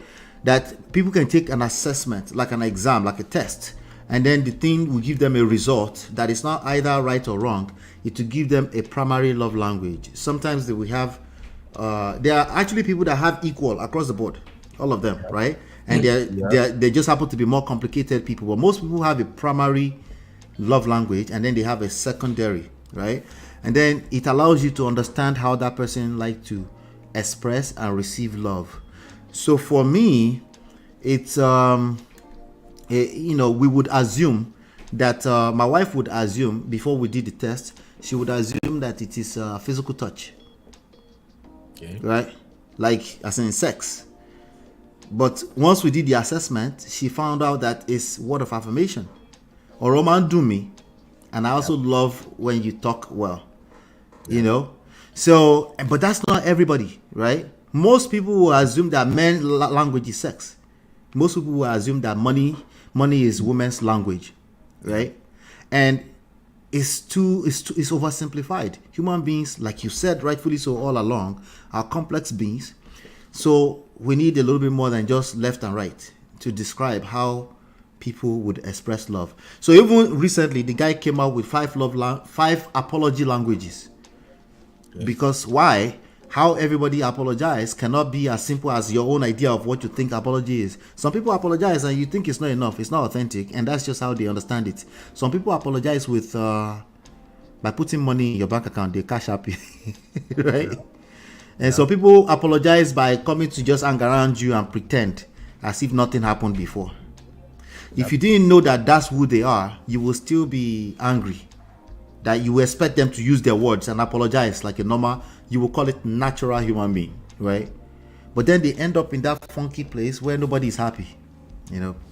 So that's the point of that. I wanted to say that for everybody else that's listening. Did that help, Uncle Beno? Yeah, I think you actually explain it. That's good. It's okay. And I think it's gonna be useful to a lot of people out there, especially nowadays in this crazy dating world where we date now. It's really, really going to help. So, and it makes sense, really. Yeah, the book is a very popular book. The book has 92,000 reviews on Amazon. Yeah, because people have relationship issues, very confused people that can't make up their mind on what they want and how to treat others. There you go. And most of us perfect people, we always end up with people that are confused. No. There's nothing like perfect. Nobody is perfect. You know, it's just for me. Right now, I'm in a place whereby I see people struggle to find love because they are not even ready to give love. That's a good way to put it. Mm-hmm. Yeah. A lot of people are struggling to find love, and love is what everybody is searching for. People can spend any amount of money just to find that love. But ask yourself, are you ready to give someone that love in return? You know, it's funny that you say that, right? A lot of people, like I told you, it's a very popular book, 92,000 reviews, which means millions upon millions of people have read the book, right? Yes. You know what most people end up doing with the ideas in the book? They use it to manipulate their partner.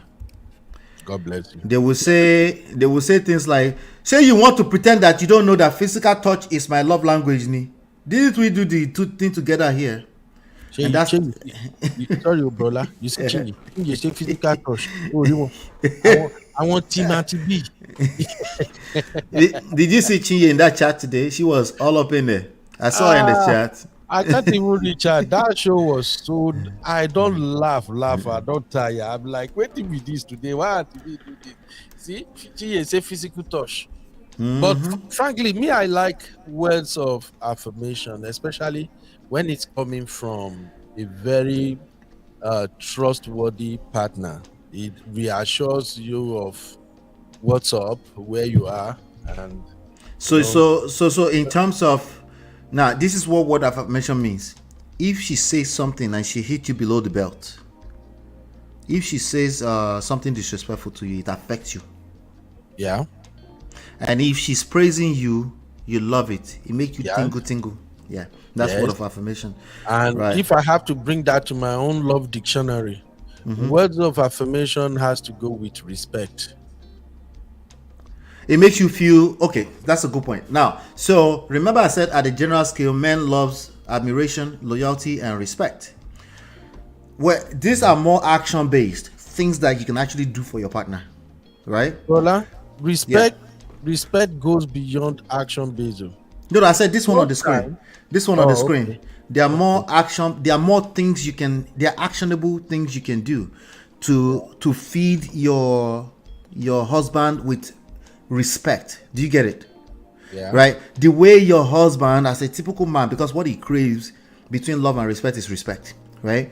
The way he will receive that is either words, right?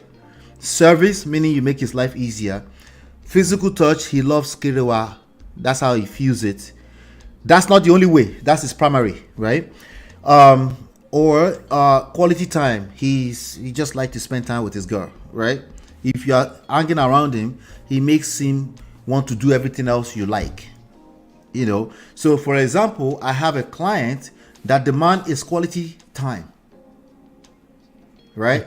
So there's an assumption that men are supposed to like kerewa. The guy no want do kerewa if you know they spend time with him.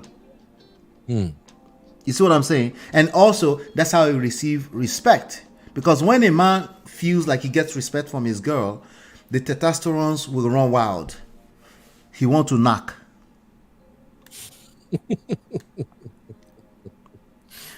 So you are right, it's complex. That's the point I was making. You're right. But do you want to ask me the same question? What did I care about? Yes, I'm dying to know. What is your own love language? No, my love language is word of affirmation. Second is physical touch. Because I this thing, that I love it, but it's not primary. But what I really cared about that made me fall in love with my wife 20 years ago was there was a effortless sense of friendship. I didn't have to force it. That's a good one. Yeah, I seen. Not only was I friends with her, when I go to her house, I'm like crashed on their rug on the floor, the carpet on the floor. I'm like, when I'm tired, I'm knocked out. I just feel at home, even though there's nothing like proposal, introduction. None of that has happened. Long before that, I just felt comfortable like that. You know, You are accepted. So it made it easier to accept me, right? Because I'm like a son already. Now, number 2 is an effortless sense of safety. So again, effortless sense of is very important to me. If I have to force it, if I have to do extra mathematics and all this extra terminology to feel safe around her, I won't do it. I just naturally won't do it. I've had people that I was messing with and I just disconnect just simply because of that. Okay.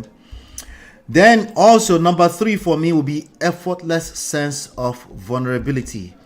You don't have to tell me to be vulnerable as a man. This woman, she had me. She had my balls. She can squeeze it. Like I felt safe. Like I can tell her anything. And you know, again, linking back to that safety thing. But you didn't have to tell me to be vulnerable. I'm sharing. I'm sharing whatever I'm going through. Kind of similar to what you said earlier too. Like if you have any issues you're going through, anything, the first person you want to call is this person. Yes, sir. All right. Yes, sir. Number 4, which probably should be pushed to number 1 for me. This one, if this one doesn't exist, I know they do. Sexual attraction. I want knack. Okay. All right. So as in like the tension was strong like that. Yeah. Very important for me. Okay. And You said that one. brother, I just wanted to interject real quick. That one is key because you see this long journey of being married over a decade and you are still going. If you don't have that sexual connection with your partner from the beginning, don't even do it. Yeah. Don't do it, because as the years goes by, your kids start coming up, you are working, and Yeah. that connection, that spark, that's what will keep you guys glued together. So I just wanted to say that for those who might watch this clip, anybody you are in love with, even though they spend money on you, they do everything, and without enticing you or anything, this person cannot even ginger you to say, "Oh, mom, why? Let's go inside bedroom." I won't advise you to do it, because, to be honest, after the first year or second year of you people having career back to back, you will get tired. You will not be enticed anymore. But if you are with somebody that mere looking at her or him alone, he still feels as if it be like the one where we do yesterday. You know the show. At least one person, at least one of the parties, is at that level. Yeah. You are good to go. It means 10 years down the lane, 15 years down the lane, even as you are getting old, you will still find that spark. Yes, no matter what. So I just wanted to add that to what you say, brother. Yep. Thank you. The fifth one for me is that no games. Okay. Well, I'm not talking about game as in skill set, as in like there was no games being played by anybody. If I felt that in any, it probably won't make me feel safe. It probably won't make her feel safe. So there was no games being played. It's not like I would know if somebody played it and they did well, but what I'm saying is that I didn't get that sense that somebody was trying to have one up on me, So, but a lot of that is just a big common denominator in all of that for me was effortless. I was a very busy guy. I've always been a busy guy. I'm always ambitious. I'm always running after something. So anything that will overwork my engine for romance, I won't do it. Well, like, what are you chasing? You are not even from the street and you are still hustling like this. What did happen? What did they pursue you? Baba. What are you chasing, man? Don't be like us.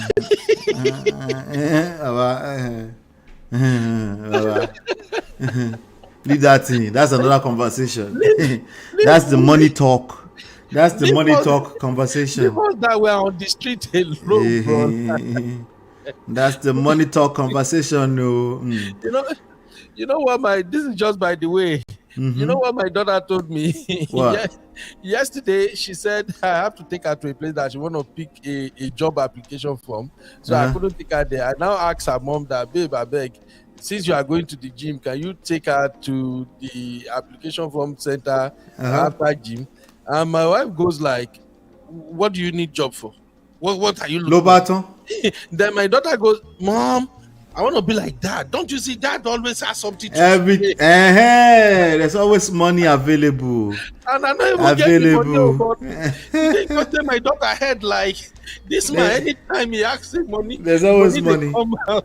Yeah. But I just like that about you too, brother. It's good to hustle. Honestly, I tell my fellow men, like, make hustle your priority. If you hustle and you get, I still have some things where they do where I don't want to. I want to get rid of them. I still have the things where they do for income where I don't want to do. I want to get rid of them. So we have to stay focused to Baba.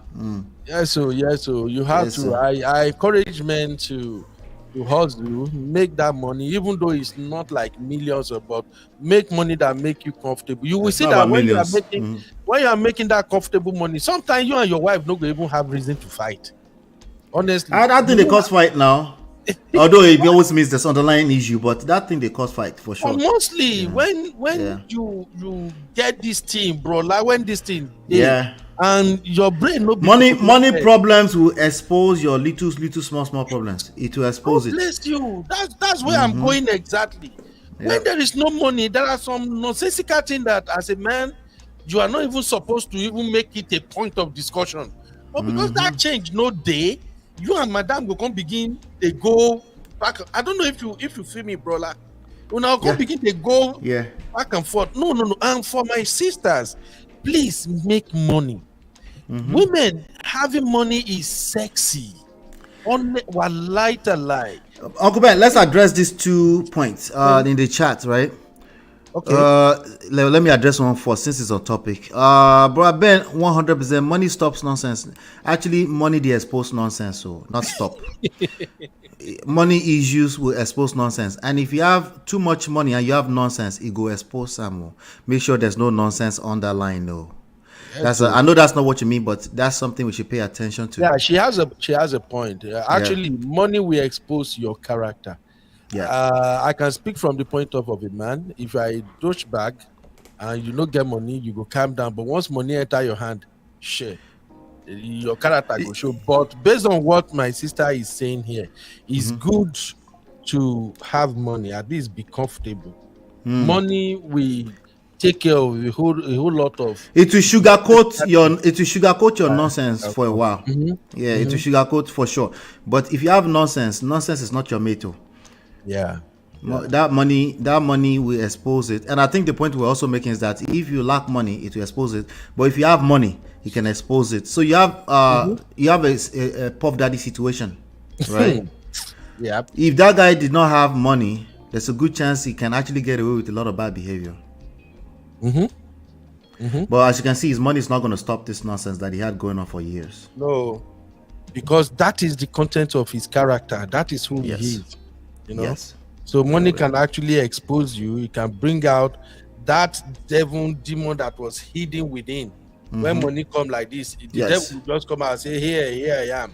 But if you are, let's say, if you are a great man or a good woman, and you have money, it just brings the beauty in you. It shows your heart, how generous. Yes. You have. It exposes that. It exposes that. Just take care of the whole. Money does not create anything. It's energy. It exposes what you are. Lack of money and too much money behaves the same way. Listen to this carefully. Lack of money and too much money behave the same way. Because it's energy, right? Yeah. And that is why they said, people will say money is the root of evil. And the new thing is lack of money is the root of all evil. Yes. So they go both because they behave the same way. Exactly. It all depends on what you do when you have it or you don't have it, Yeah. And the best thing for me, that's why I preach originality all the time. If you meet somebody when they are poor and when they start having money, they are still behaving the same way, that's an excellent human being. The money is not really influencing. It's not the money. It's just who he is. The money is not influencing him. Yeah. So let's address this one. Can sexual connection build over time? Because we were talking about shout out to Beyond Braids. We were talking about me that I needed to have sexual attraction. I needed to have sex. What's your take on this, bros? Can sexual connection build over time? Like you want to get with somebody to do lifetime partnership? Can sexual? Yes, you said yes, right? Yes, absolutely. It can build over time, but it all depends on how open-minded both parties are. You feel me, brother? Yes. Like there are situations whereby you think you like someone and then you really don't like them in the other area, and this sexual connection too, I think it has to be broken down further, because when anything about sex, it's a very broad, it's a complex topic. Yes. So when you talk of connection, you see, you're already getting there, but I bet it's getting there. Go ahead. You don't start to now you they mess with my head though. I'm listening to you. Before we know, you be PhD inside this topic now. Before we know, you go get PhD for inside this topic now. Because me, I dey look for coach. I dey look for coaches. Marriott, Chioma, Chinye, Jitanatu, Chitima, don't mess with my head. So me say I feel like I don't dey talk like Unana. It's only a matter of time now. So the thing is, when we look at sexual connection, to me, I think it's kind of a little bit vast. Are you talking in terms of I see this person, I'm attracted to this person sexually? What I'm talking about here is we do have situations whereby, there are times that you see someone, you just want to have sex with them, but you are not really in love with them. So that is a connection at a certain level. And when it comes to relationship, you might be dating someone now, and gradually the relationship is growing, but sex is not like the main. It's not the main thing. You feel me now? Yeah. And in another way, you might be dating someone, you have a relationship with someone, and anytime they come around, if they bust into your apartment, one hand must go. If you go meet them for one hand, Masheleni, you know that kind of thing. Like, there are people like that, you don't see each other now like fire. The moment your body touching, but in fact, sometimes you will even want to avoid them. Just because you know that this guy, I can't resist this man. No, maybe a man look at you like this woman. I've met so many guys in my life because how come this particular lady, whatever she come around, I can't just resist. So there is that connection too. Now, when we talk of building that sexual connection over time, it could be that you are both connected sexually, but when it comes to the main kerewa, maybe the person is not really taking the partner to where they want to be. Now, there is a disconnect right there. Like, and from one thing I've learned, some of my sisters that we do talk very well, they actually made me understand is that, okay, if you are a guy and a woman have kerewa with you first time, she did not get there. Second time, she not get there. After third time, she will begin to see your kerewa as stress. When they break this thing down to me, I'm like, what are these people talking about? But then it's true. And the lady in the chat, you guys can tell us if this is right or not.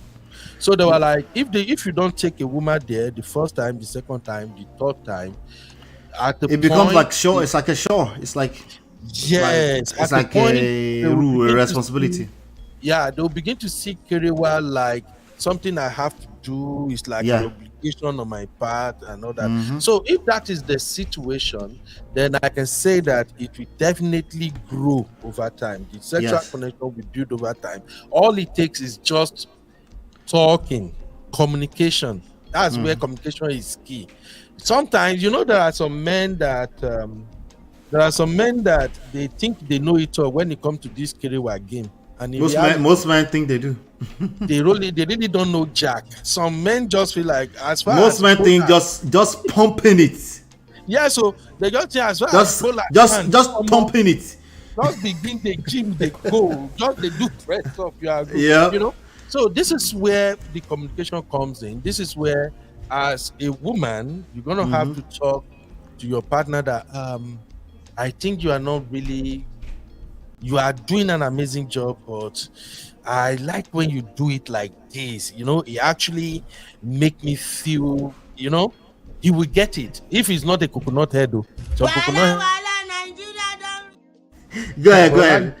I was looking. I need a sound effect that will. Because I was going to play something that will give us the vibe of a bedroom vibe, you know, late night show with the Uncle Beno. I was looking for something like that. I don't find out quickly. I said, make I just. You doing what? Make I just.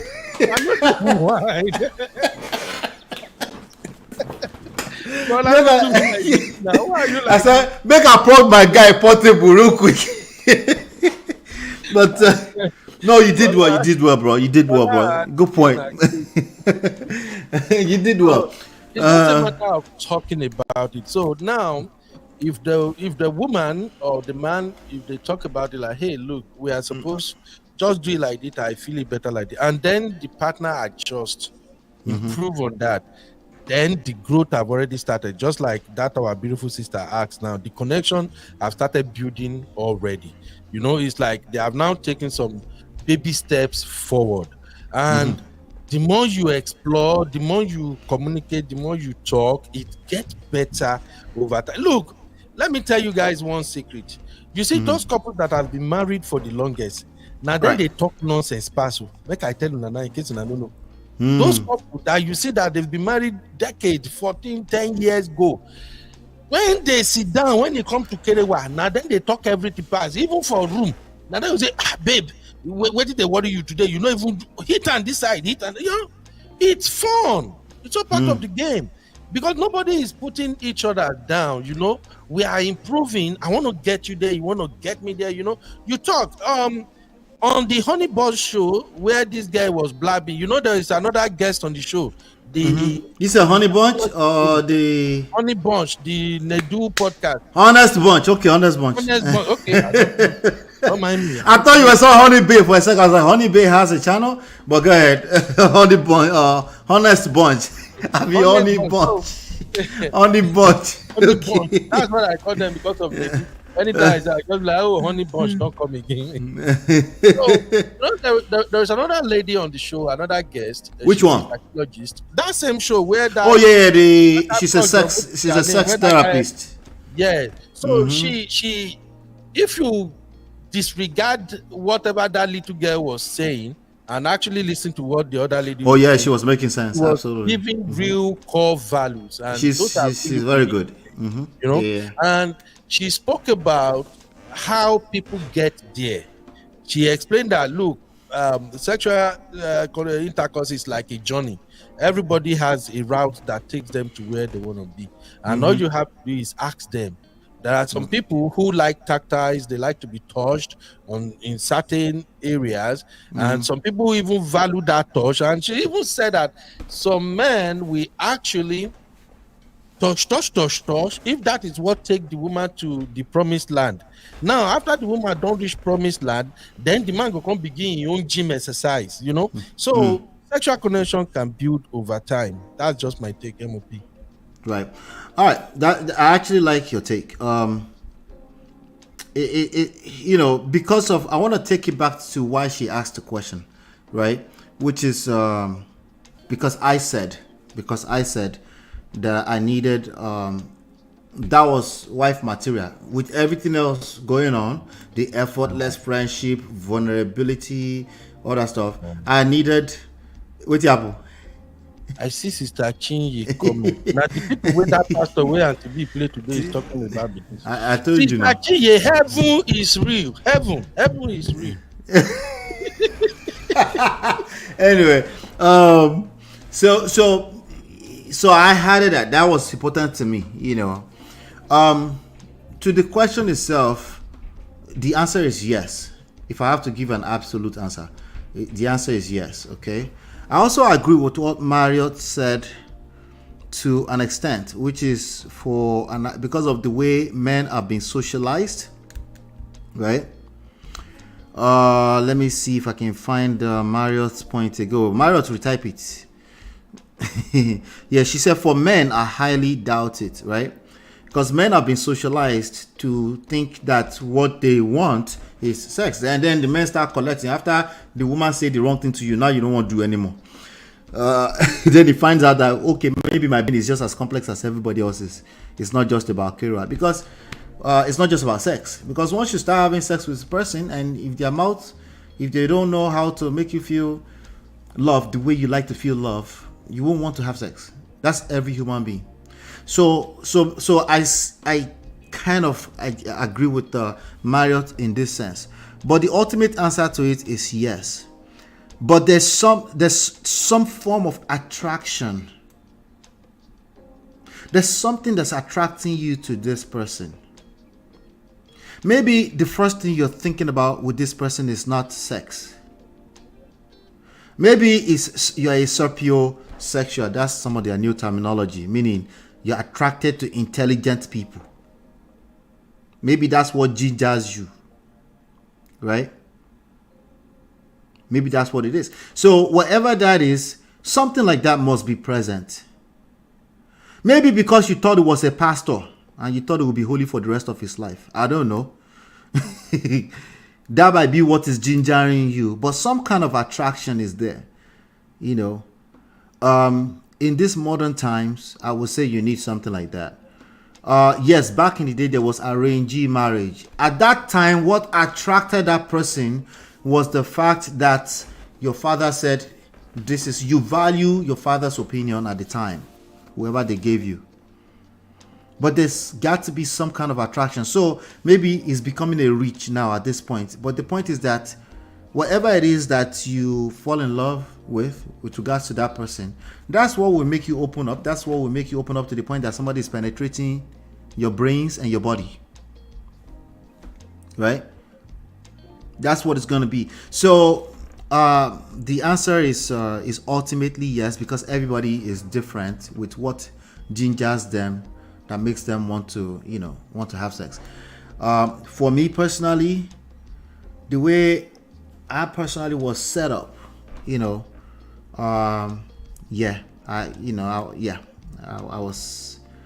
was looking at everything. It's like I was side here. I was attracted to that, to her looks from a sexual standpoint, but that alone that's not all I need, because I can obviously get that from anywhere off the streets. I can get fine girls, nice breasts. I can see that everywhere, right? I needed a little bit more than that. Yes. Well, brother, there is the one we call special package. Special package. You know this one is meant for you. Yes, because that's what we're talking about, wife material, right? Yes, so your own special package for you. Yes. You can recognize it anywhere. Yeah. But don't get it twisted. There are men that they could care less for, like, there are men that are more emotional than some women. And they are good husband material. And it's not looking for, that's not what it's looking for in you. So don't even put too much emphasis on that. Number one thing about you that will attract you to your husband material is yourself, your self-confidence, your self-esteem. Absolutely. Those are your focus, right? The right person will connect with that. But we don't want to add the extra layer of of the modernity. Just understand that men in general, they want, just like you want traditional values, you want a man that can take care of you. You want a man that's patient, that has more patience than you.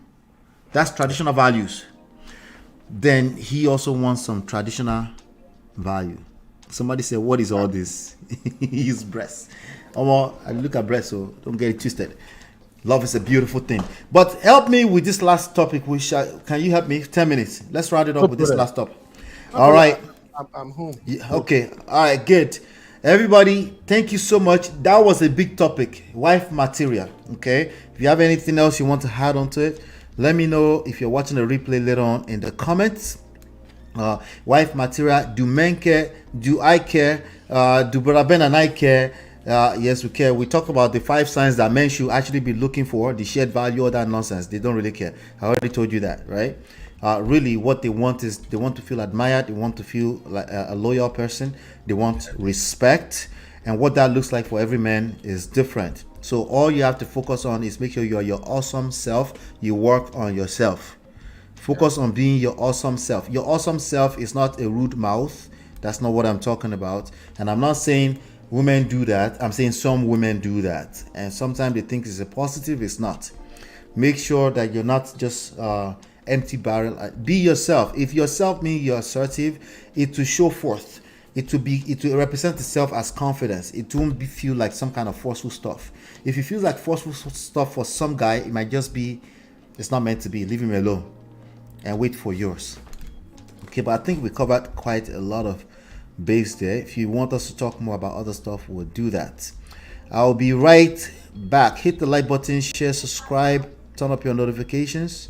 I'll be right back.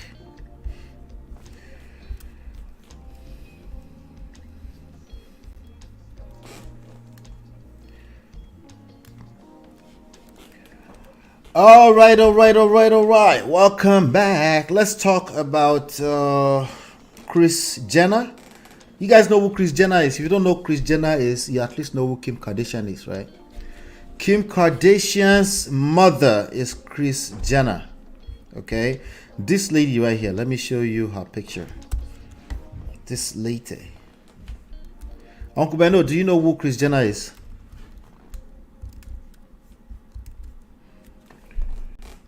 Let's see here.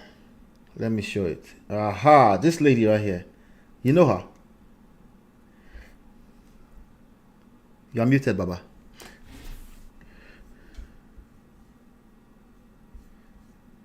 You're muted, though. You're muted. Sorry. Abis. Okay. Yeah, All right. yeah. Is that not Kim Kardashian's mom? Yes, that's Kim Kardashian's mom. Yeah, I know.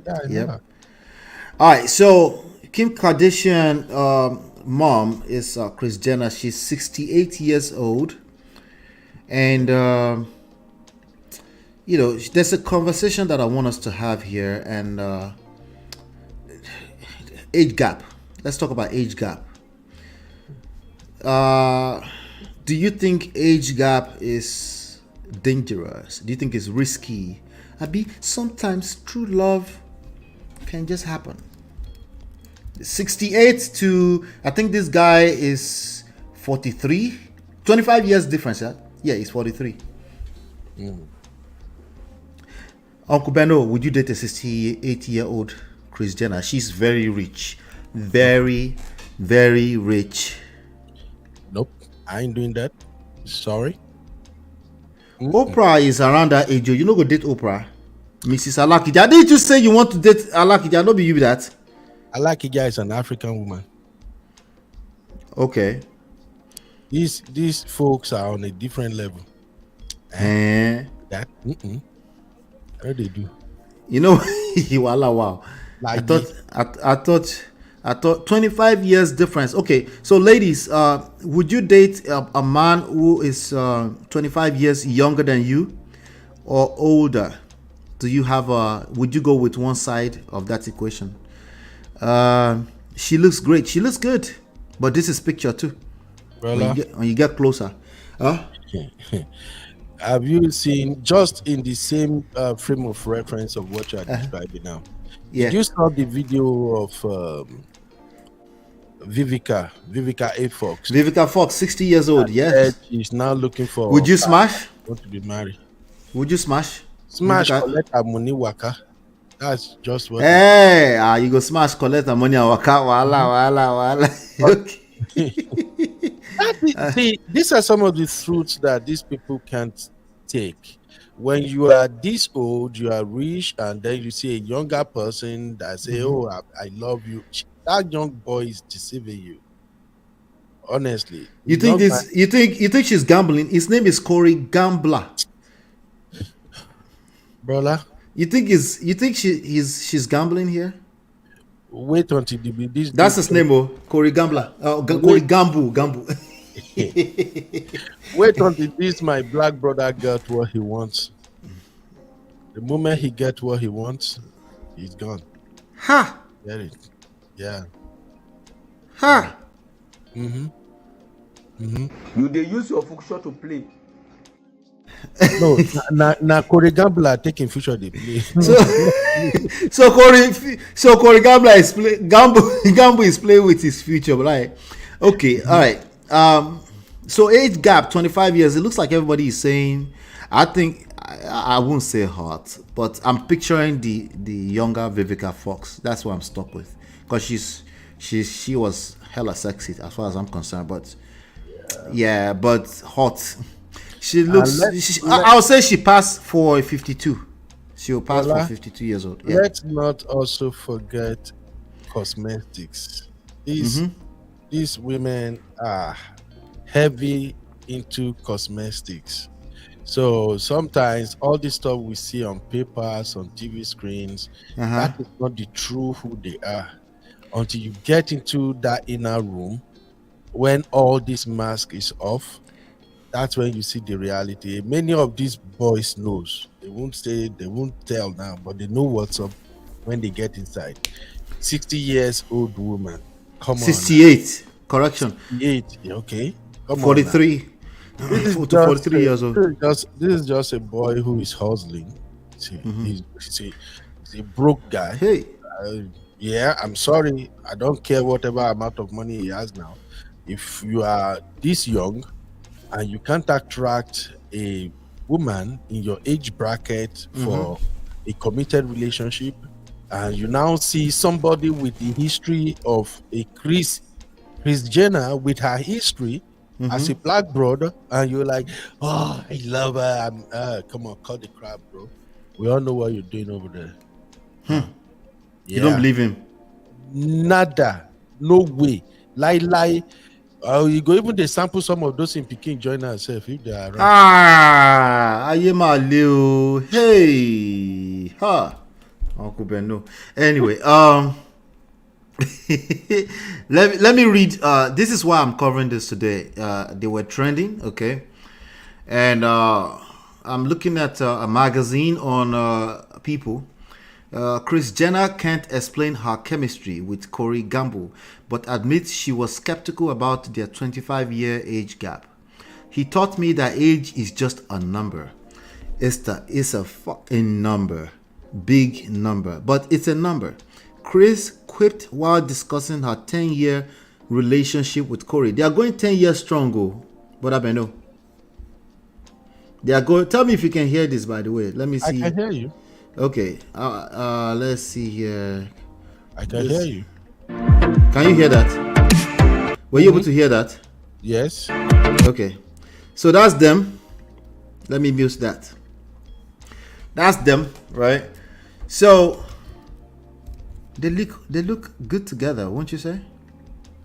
Bro, Yeah.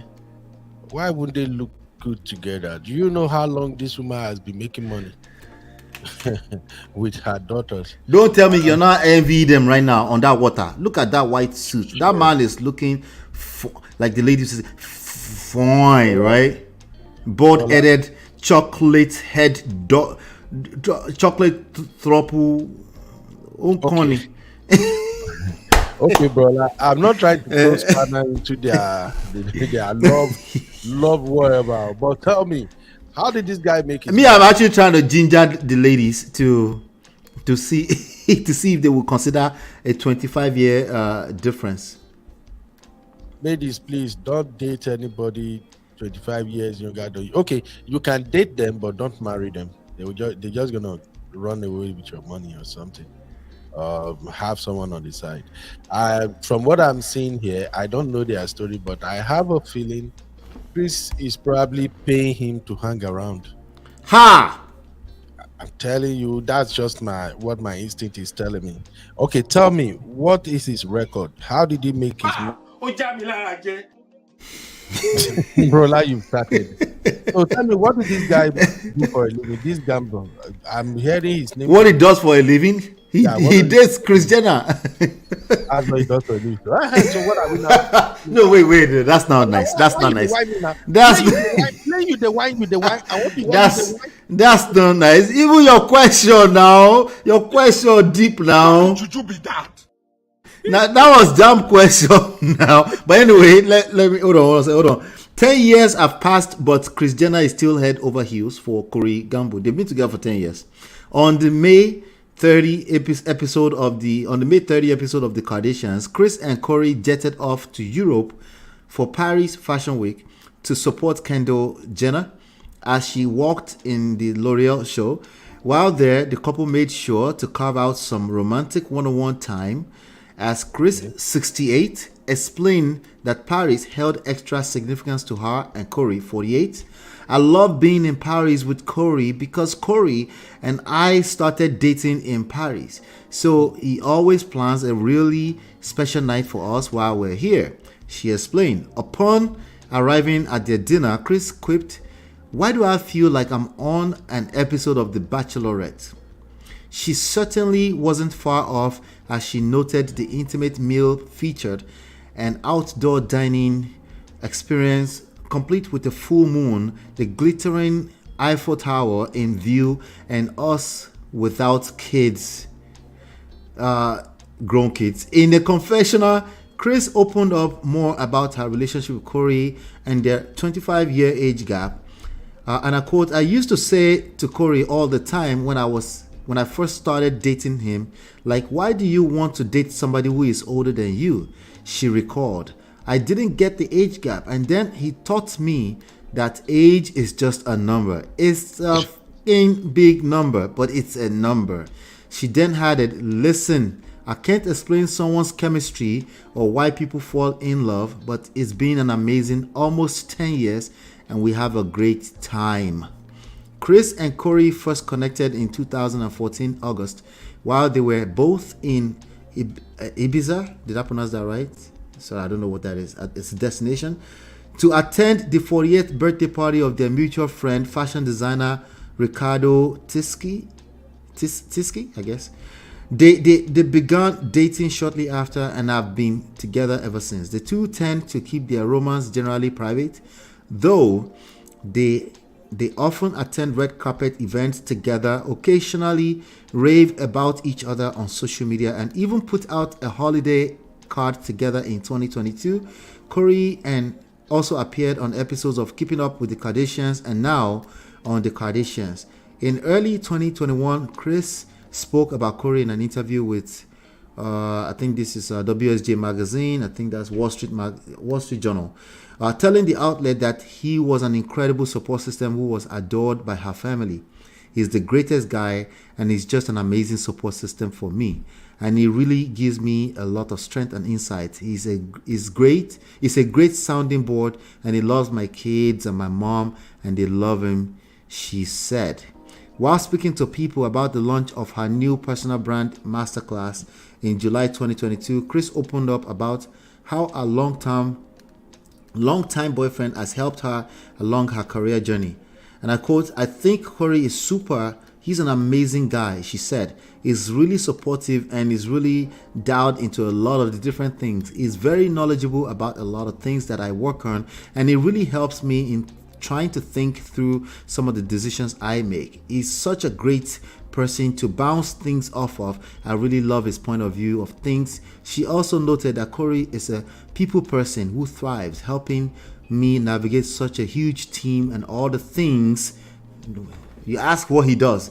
Help me navigate such a huge team and all the things that are happening. Everybody needs somebody to sort of run things by and help make decisions about the littlest things.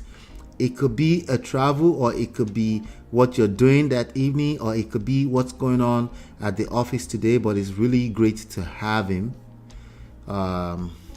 So if you didn't see what I was doing there, really what I was doing, just in case you didn't notice what I was doing, I was trying to see if I can convince my brother Bendo. Brother Bendo, yeah, tell us with your full chest that you finally believe Corey. You're by yourself on the screen.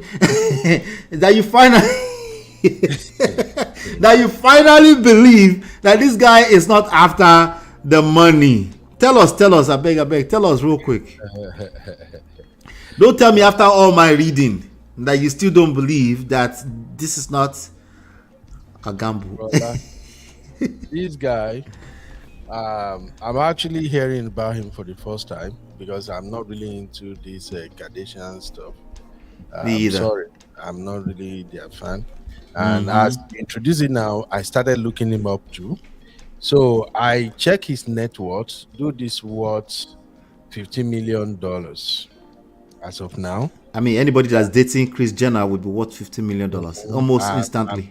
I'm checking him out at Celebrity Net Worth. And then I also try to look at what he actually does for a living. Okay. And unfortunately, this is what I found. Gambu is probably best known for being in a romantic relationship with celebrity mom Kris Jenner. He was reportedly such a great job. Yeah, he was reportedly working as Justin Bieber tour manager when he met the reality star. Now, the one that I'm going to highlight is Gambu's probably best known for being in a romantic relationship with celebrity mom Kris Jenner. So in other words, he's a fuck boy. I'm sorry. Brola, don't play this sound, right? Yes, Brola. So basically, it's a fuck boy. That's all you came up with? Yes, sir. And then I did a rough math. My math shows that. Tell us. They actually met when Gambu is 33 years old and Kris was 58 years old. That's when they married. That's when they met, and that's a whopping 25 years difference. Yes. Now, when we talk about black hustle, what what black dude will have the opportunity to be in same bed with the well-known celebrity mom, Kris Jenner, that one of her daughter, Kim Kardashian, is worth 1.7 billion. Who would you like to date the mother of a billionaire? As a black brother. So my bro is there. This guy is just there. He's hustling. He's just the sugar boy, you know. And like I always It's a said, sugar boy. when money day, you can buy whatever you want. Okay, now let me ask you, bro. Since have you ever heard of any misunderstanding between both of them? Remember, Nah, he Kris will play. Jenner- He's probably playing. He's doing his job very well. You asked yeah, what so his job they was. don't have issue. And remember, Kris Jenner is a strategist. That is, I give her that. That is one hell of a strategist. She's a good marketer. She's a brand manager. She actually make her children She's a product. mogul. She's a mogul. She turned her kids to product and she market them, turn them into billionaires. So what are we talking about? You know? So she and this dude, this Koregambu, they are just in a business transaction. She probably told him, dude. Okay, let me ask you, bro. I can't believe I read all that book and you're telling me you're still believing. Okay, go ahead. Bro, now you ask for my opinion. You know where I do. You know, say me and my. I was trying to see if you will be convinced because I'm looking to be convinced myself, and you didn't help me. But continue. Okay, you are holding me responsible. Don't you see things like Chiwe, Black Diamond, everybody in the chat? Which one of them are confused? Nobody is confused, brother. We all know what's up. We know what's going on. This is about money, huh? It's all Go about ahead. money. You're going to ask me a question. Yeah, ask me a question. Yeah, I was going to ask you. I think I even forgot the. You forgot the question. Yeah. Wala. Anyway, we're talking about age gap. I want to give you guys some tips around the age gap. I do want to give some tips around that. Age gap is one of those dimensions that I ask people that if you're crossing it, be aware. Make sure that you are aware that this is additional layer of wahala that you will have to learn how to mitigate. Okay, it doesn't mean it's not doable, but you need to understand that for these reasons I'm going to give you, that is a major concern. Okay, it's a major. So if you go to your father and they look at the guy you brought home and they say, let's assume that your father is Russell Simon. Remember Russell Simon's story? You see the daughter. Did you see the man with the daughter date for like 2 days? No, I didn't. Oh, you didn't follow that story. The daughter, Russell Simon's daughter, is 21. Randomly, she started flaunting this 78-year-old man. They were kissing on the internet. Jesus Christ. So, but somebody just said Shah. The lady Shah is also dating some kind of young boy toy. You know, listen, that boy is probably playing his role very well. It's probably about money. You know, that's the reality. But the key thing is probably. All right, probably. It doesn't mean it's not possible. There's possibility. There's probability. Is it possible that he's truly in love? Yes. Is it probable that he's truly in love? No. The probability is very low. Okay. So true that he looks so much younger with his chocolate dripping bald head, according to MOP. No, now you say that to no be me. Stop it. It's great to bounce things off on that part. I hope it's not what I'm thinking. Wow. You guys are. Yeah, Mara said Corey is not going anywhere. He is where the money resides. I don't think so too. Okay, brother. I was going to ask you the question. Yeah. I remember what I wanted to ask you now. Okay. I was going to ask that. How come when it comes to this huge age gap relationship, Right. the women are not going for white boys? How come? What do you mean? They're going for young black Olu Elege Tutu Dudu.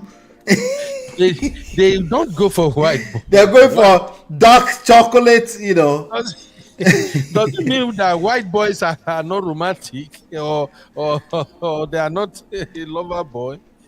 So they know what they are doing. There's a lot of theories around that. I think there are theories around that white women see us as exotic, right? Like a fantasy, like something out of a book. like you tear like paper perfect. It's like a fantasy. So, but there's a lot of theories around that. But don't forget about Bruce Jenner. You know where this woman is coming from? Brola. Don't forget about Bruce Jenner. Imagine where she's coming from now. And if I okay, I don't want to offend my sisters, because if I mention one thing, I could be like, because in fact I will even say it. How about the body count? Body count of a 68-year-old woman. What kind of what kind of job? How did juju be that? What kind of job question is that one? Say Yoruba, you don't hear Yoruba people say, "Well, Kimbere bi ti arugbo ti gboyin wale ni." Somebody translate that for me. Well, Kimbere bi toyin ti gboyin wa now. Oh my God. Okay, that one a jam question now. Body. The love said, body count the Porokora at 70. Oh my God.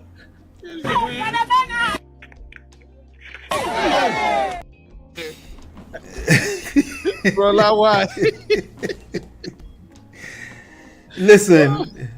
Kimbere, you don't ask Arugbo, a old woman, where she body counts. That question has no answer. I beg. Please. Let's keep it moving. Traditional man like me, when I look, I will just dey count for my head. 1, 2, 3. You be counting. That means you didn't fall in love. If you fell in love, you won't count. If you fell in love with it, $50 million net worth income, would you be counting? Well, let's stop talking about this fall in love. None of these guys, they know they fall in nothing. That's a. Do you think it's a risky game for him? I know for her, but she's 68. She has nothing to lose. She has this guy is just a firewood. For him, is it risky? No, it's not a risky game. I think he's actually being calculative. He know what he's doing. He knew what he got into. He wants the money. $50 million na Gary. Brother, give me $1 million now. I don't pack my load, leave US. Would you smash Kris Jenner for $1 million? If my wife no go know. What if your wife give you permission, Seth? But we go sign NDA. It won't get to the public. Why you don't want public to know? Now Kris Jenner. I know they do if you go enter public, but if you go do am backyard, she looks good. Go ahead, then. Brother, don't stop saying she looks. It's like, no, Jesus, brother. I'm still saying it. You really don't know how this thing work in the street, oh brother. All these things you are seeing are cosmetics. I'm telling you, brother. No, but look. Does she not look like a beautiful woman in his arms? No, in his chocolate arms. I am looking beyond this artificial face that is staring like. I know it's Botox and all, but I'm just saying they look good. He will go down in history, probably as the most popular sugar boy ever. Agreed on that. Absolutely. Absolutely. So you wouldn't want that position, the most popular sugar boy. You never expected that question. You never expected that question, Abi. No. I never expected it. I don't want this position. I beg. You don't want that for public. You just want the money.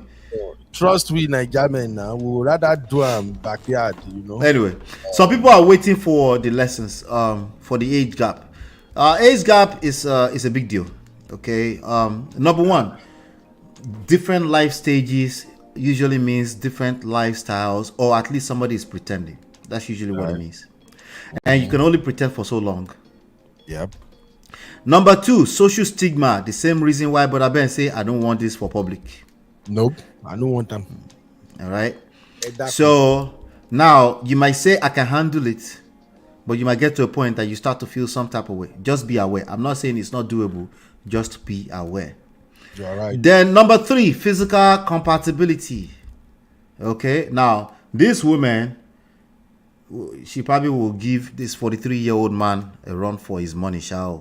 She's probably have more stamina in bed. Don't take them for granted at 68. Rolla. 68 years old woman, no get any stamina. Oh, no lie to herself. She just needs somebody that. Considering that he's 43-year-old man, is not young. Or considering that he's 43 too. It's not exactly a young man. It's not like he's 23 or something. Rolla. She's probably looking for you to do like a 23-year-old thumping, and you're probably like, No. Ninja, I'm 43. I'm not exactly young. Rolla.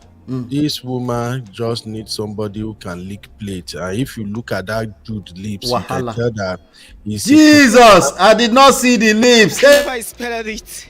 Wasn't looking at the lips. He's a professional plate licker. I was not looking.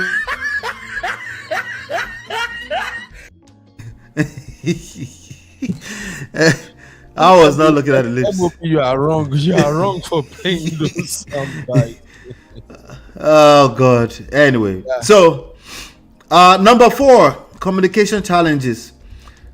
They speak 25 years apart. That's generational differences. They don't speak the way we speak. Nope.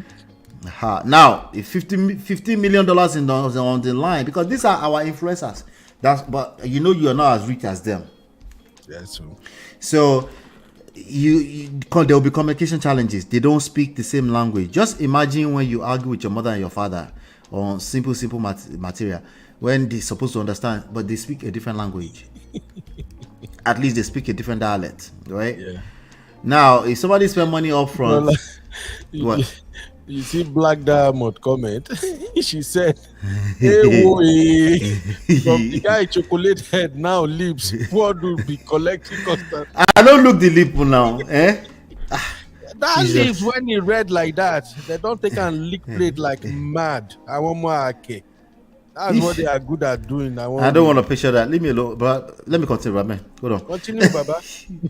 Number 5, future consideration. You might be in love right now. Consider the future consideration. Okay. If you ever want children of your own, you might still be capable biologically. The other person might not be capable. 25 years is worlds apart. So I wanted to drop that in there for something to consider, because again, this is real. Okay, this is real. There's some additional one I can probably add on to this, right? There's confidence and security. One of them, at least, we have questionable security level at some point. Okay, so if you're an old man, you're getting with a 20-year-old girl, she can't even talk to a friend on the phone anymore. Your mind go start playing trick on you.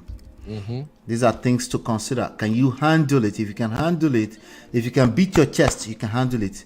Knock yourself out. Okay, she's yours as long as she's legal. All right. Life experiences. Please do not expect a 20-year-old person to have the same experience as a 45-year-old man, or vice versa. Yep. That will be obviously unrealistic expectations, and it's not going to show up as, oh, I don't know anything. It's going to show up in other forms. They might just want to step out for a second, and your mind will start playing tricks on you. Yeah. All right.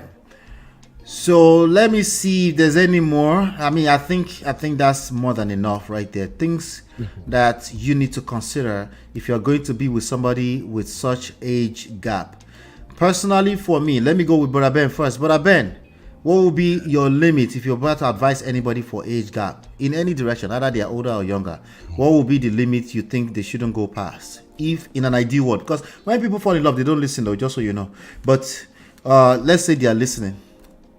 Okay, first off, I'm going to speak from the point of a man. There is no young man who is an achiever. He has his own money. He's accomplishing all the goals he set out for himself, that we now say he wants to date or marry a woman 20-25 years older than him. Except, I've seen that here in America. I think we saw a story of a 20 years old boy or 22 years old that one 39 years old got pregnant for. There are exceptional cases like that whereby they got brainwashed. But when it comes to a man 33, 35 to 40, getting married to or dating 60-something years old mom. No. A lot of men don't do that. Men who usually do that are those who are looking for opportunity. Really? Yes, they want something so bad, and they can only get that from the older partner they are gunning for. So, my advice would be this: if this is the path you want to follow, first and foremost, ask yourself, why am I doing this? And two, what is it going to cost me? You know, I'm a consequentialist. Like I said the other time, consequences is like my thing. I believe in consequences. If you do the action, are you ready for the outcome? You know, That's it. That's my all. thing. So whatever decision you make, there's gonna be a consequence. Are you ready for it? Now, on the other hand, or before I even go to the other side, as a man, if you are gonna date an older woman with significant age gap, I'm not worried if you are dating a woman who is 7, 8, or 10 years older than you, because we do know that some women really take good care of themselves. There's a way a woman will package herself, take care of herself, and when you step out, people can't even see the difference. You know what I'm saying? Yeah. But when it comes to certain age, the difference is glaring. So if you're gonna do it, ask yourself, do I want to have my own kids? Do I want to settle down and have my own elaborate wedding at one point of the time? Do I really want to be the kind of man that actually married my sweetheart? Okay. You know? Yeah. You say more than brother. You are even giving this guy punches more than I do. Me, I'm just in the middle. I'm right there in the middle with you.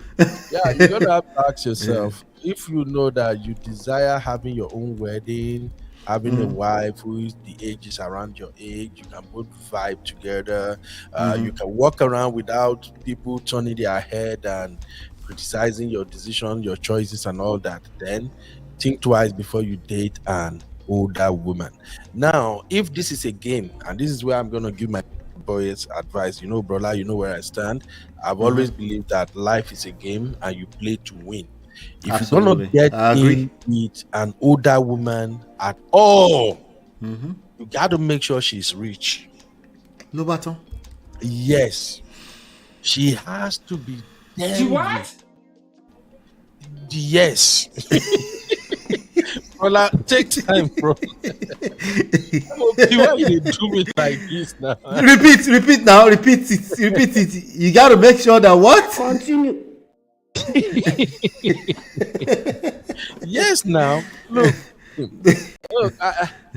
Make sure she's rich. Yeah, so this is the street approach right now I'm giving you, brother. If any man has to do this, first and foremost, be sure that she is damn rich.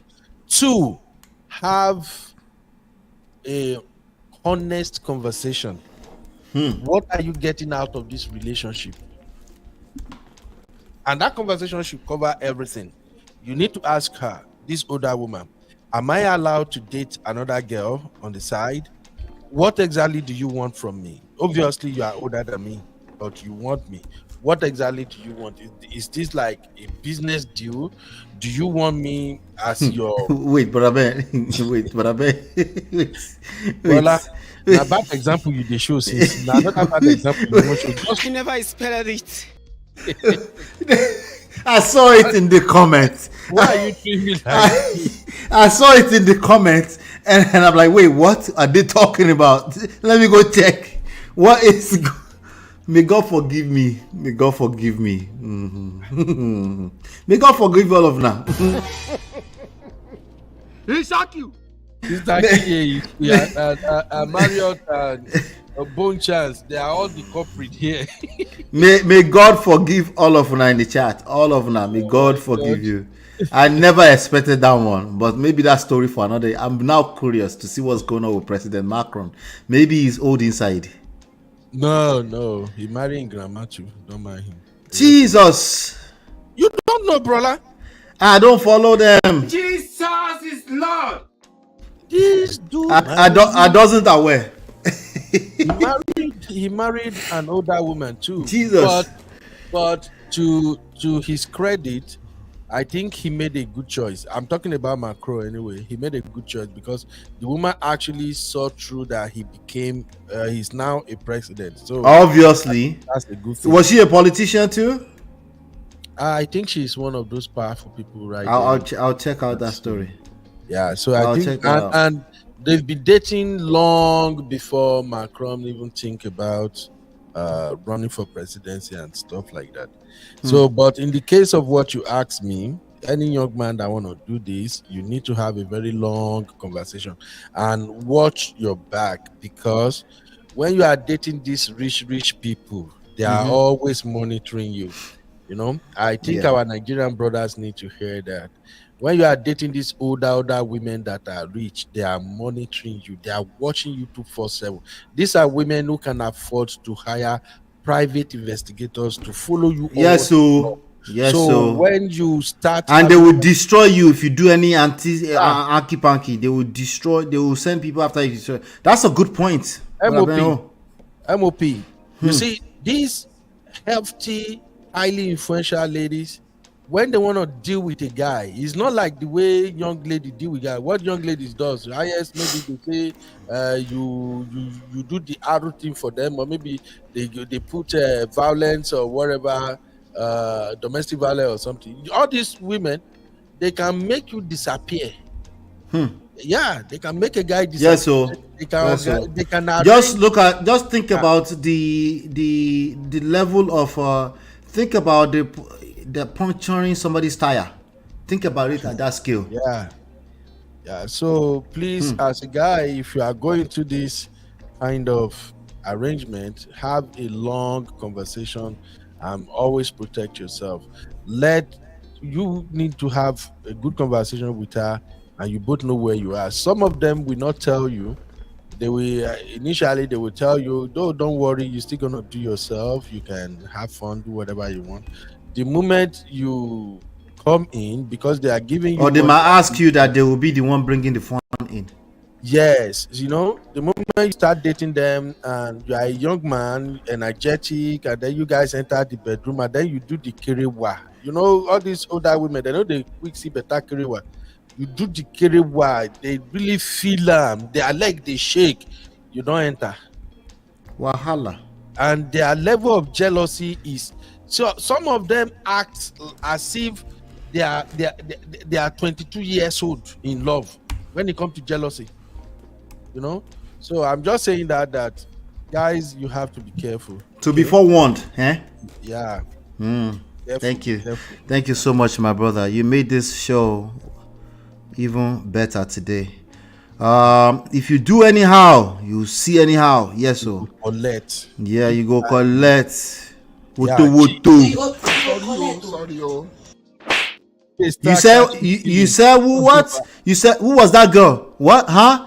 Say who was that girl again? What? I'm telling you, you go just collect.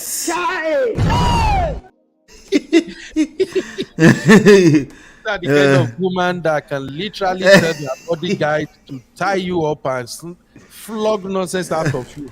Abby, yes, so you gotta be very, very careful. Although on the brighter side, if you are such a faithful guy, you are there for them, especially a woman at that age. She's gonna be having a lot of meltdown. She'll be having several episodes at home behind closed doors, health-wise and all that.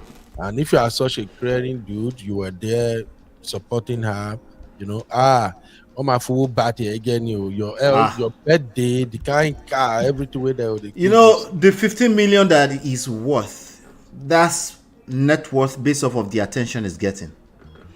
God bless you. Because he's not a superstar. I don't see what he's doing that he's worth. Yeah, but I mean, we're talking about him now. That's worth a lot of money.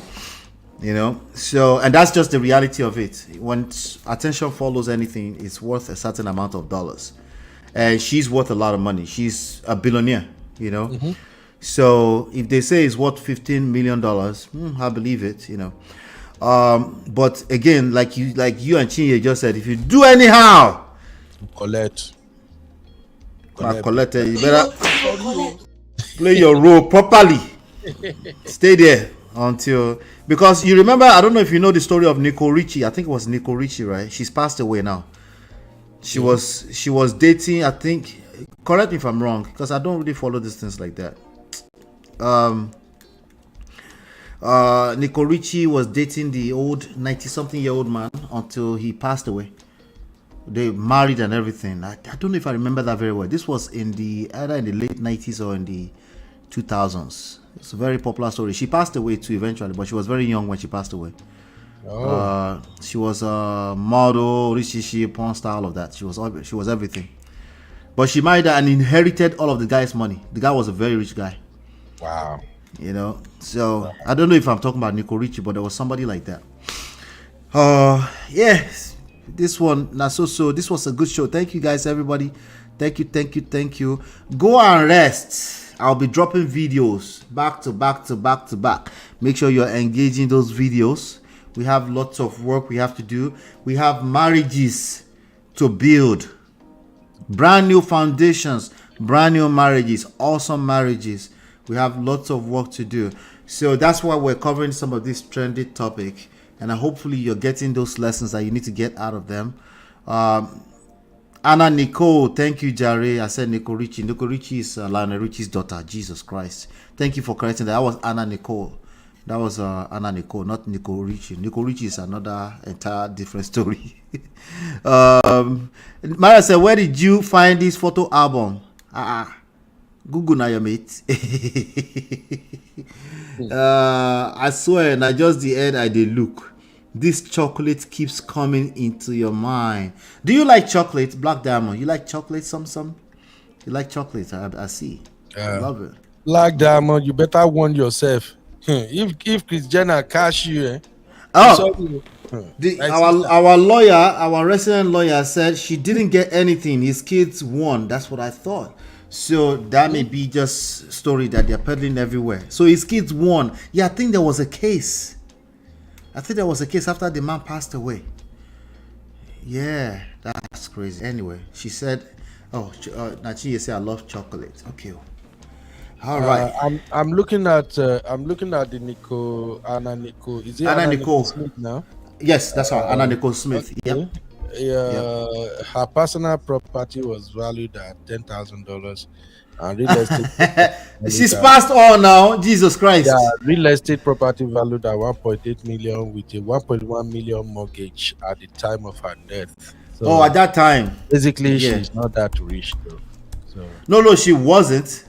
But I think she was standing to inherit all of that money from the old man. Let me show you the old man I'm talking about right now.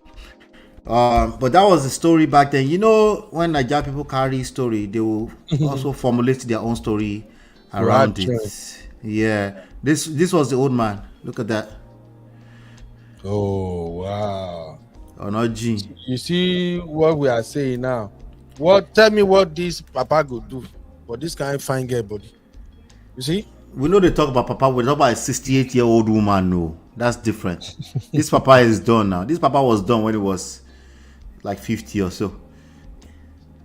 He probably just needed a companionship before he passed on. Oh God, who do Sister Chinye like this today now? Oh, Sister Chinye conversation today. Myra says chocolate will get you all in trouble. May God deliver this sister. Anyway, man of prestige, before I leave, I just want to ask you one quick question. Please. That's what Sister Natu, in fact, shout out to Sister Natu. That's what she did for me on my show today. So if you have to save one couple as a marriage counselor, just one couple between May Edochie, Justin Akora Obidi, what's the other one? Israel and Sheila, and Arisong and Alexa. If you have the power just to bring one couple back together, who will you bring together?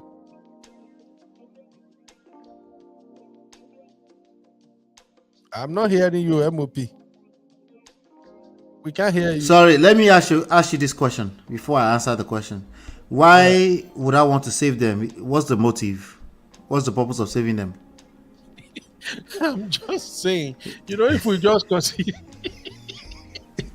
My question shock my question shock you, Seth. He shock you.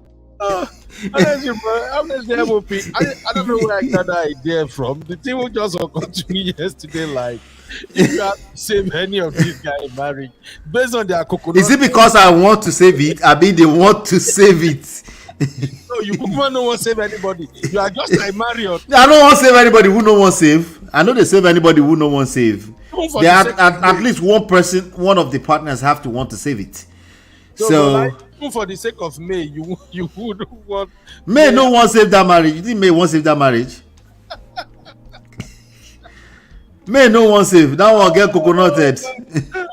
Well, like my MOP. Okay. What about? Okay, man, forget Korah and just me. I don't want to save those ones. Between Israel and Harrison. Wait, let me guess. Not to woke up. She woke up suddenly. Wait, what did she say? She said nobody. Is that what she said at the time? I wanted to say that. She started to say, hell no. She's not saving nobody.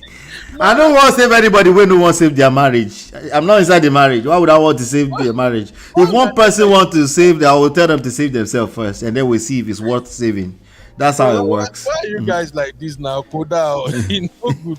Okay, brother, just use your Christian mind between his. Mario said none too, right? Marriott, you say all of them, nobody.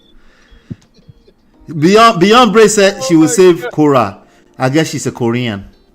I want Korean in the house. Lie, yeah. We never bring Korah and Justin back. Lie, anyway. So wait, who you want save, but I better know? Because me, I'm stuck. Because if you tell me a motive, just give an hypothetical motive.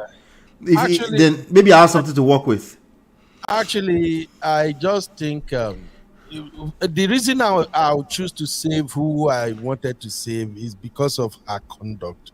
Because when I look at all the couples, the men, they are all like Bako. These are like senior Mugo Parks. And then the women, these are like Gen Z madness women, except for me. So if I have to save any marriage at all, I would say, okay, let me save your and May. But where I won't put Usimili. Exactly. Because I actually think Osimili is a better fit as of now for you. Where you won't put that one? Brother. Well, Mopi, thank you for having me, man. Thank you, sir. Thank you so much. Marriott, I appreciate you. Beyond Braids, and Sister Chinye, Sister Nat, everybody. I love you all. Thank you, guys. Bye. All right, bro. Thank you so much. I appreciate you. Yeah. All right, everyone. Thank you so much. That was a great show. We did 3.5 hours. We covered about 5 different topics. We're learning. Ultimately, this is what I want you to walk away with today. In about 60 seconds, let me do a fire round of what I want you to walk away with today. First of all, forgiveness. You cannot manipulate other people into forgiveness. Forgiveness is a function of other things that need to happen first before you can be asking people to forgive. Okay? Yes, it's a necessary ingredient in terms of letting go. For your own healing, you will have to let go of a lot of things, but that's not necessarily forgiveness. I agree with Shania Twain that it's probably in the same arena. Seun Kuti needs to calm down with social media. It's nobody's mate, nobody's his friend. He needs to keep his family inside. Nobody cares what you do inside of your bedroom as a married couple. Also, wife material. Work on yourself. Okay? Stay focused on working on yourself. Men, we don't care about that kneeling down nonsense. Okay? Not in 2024.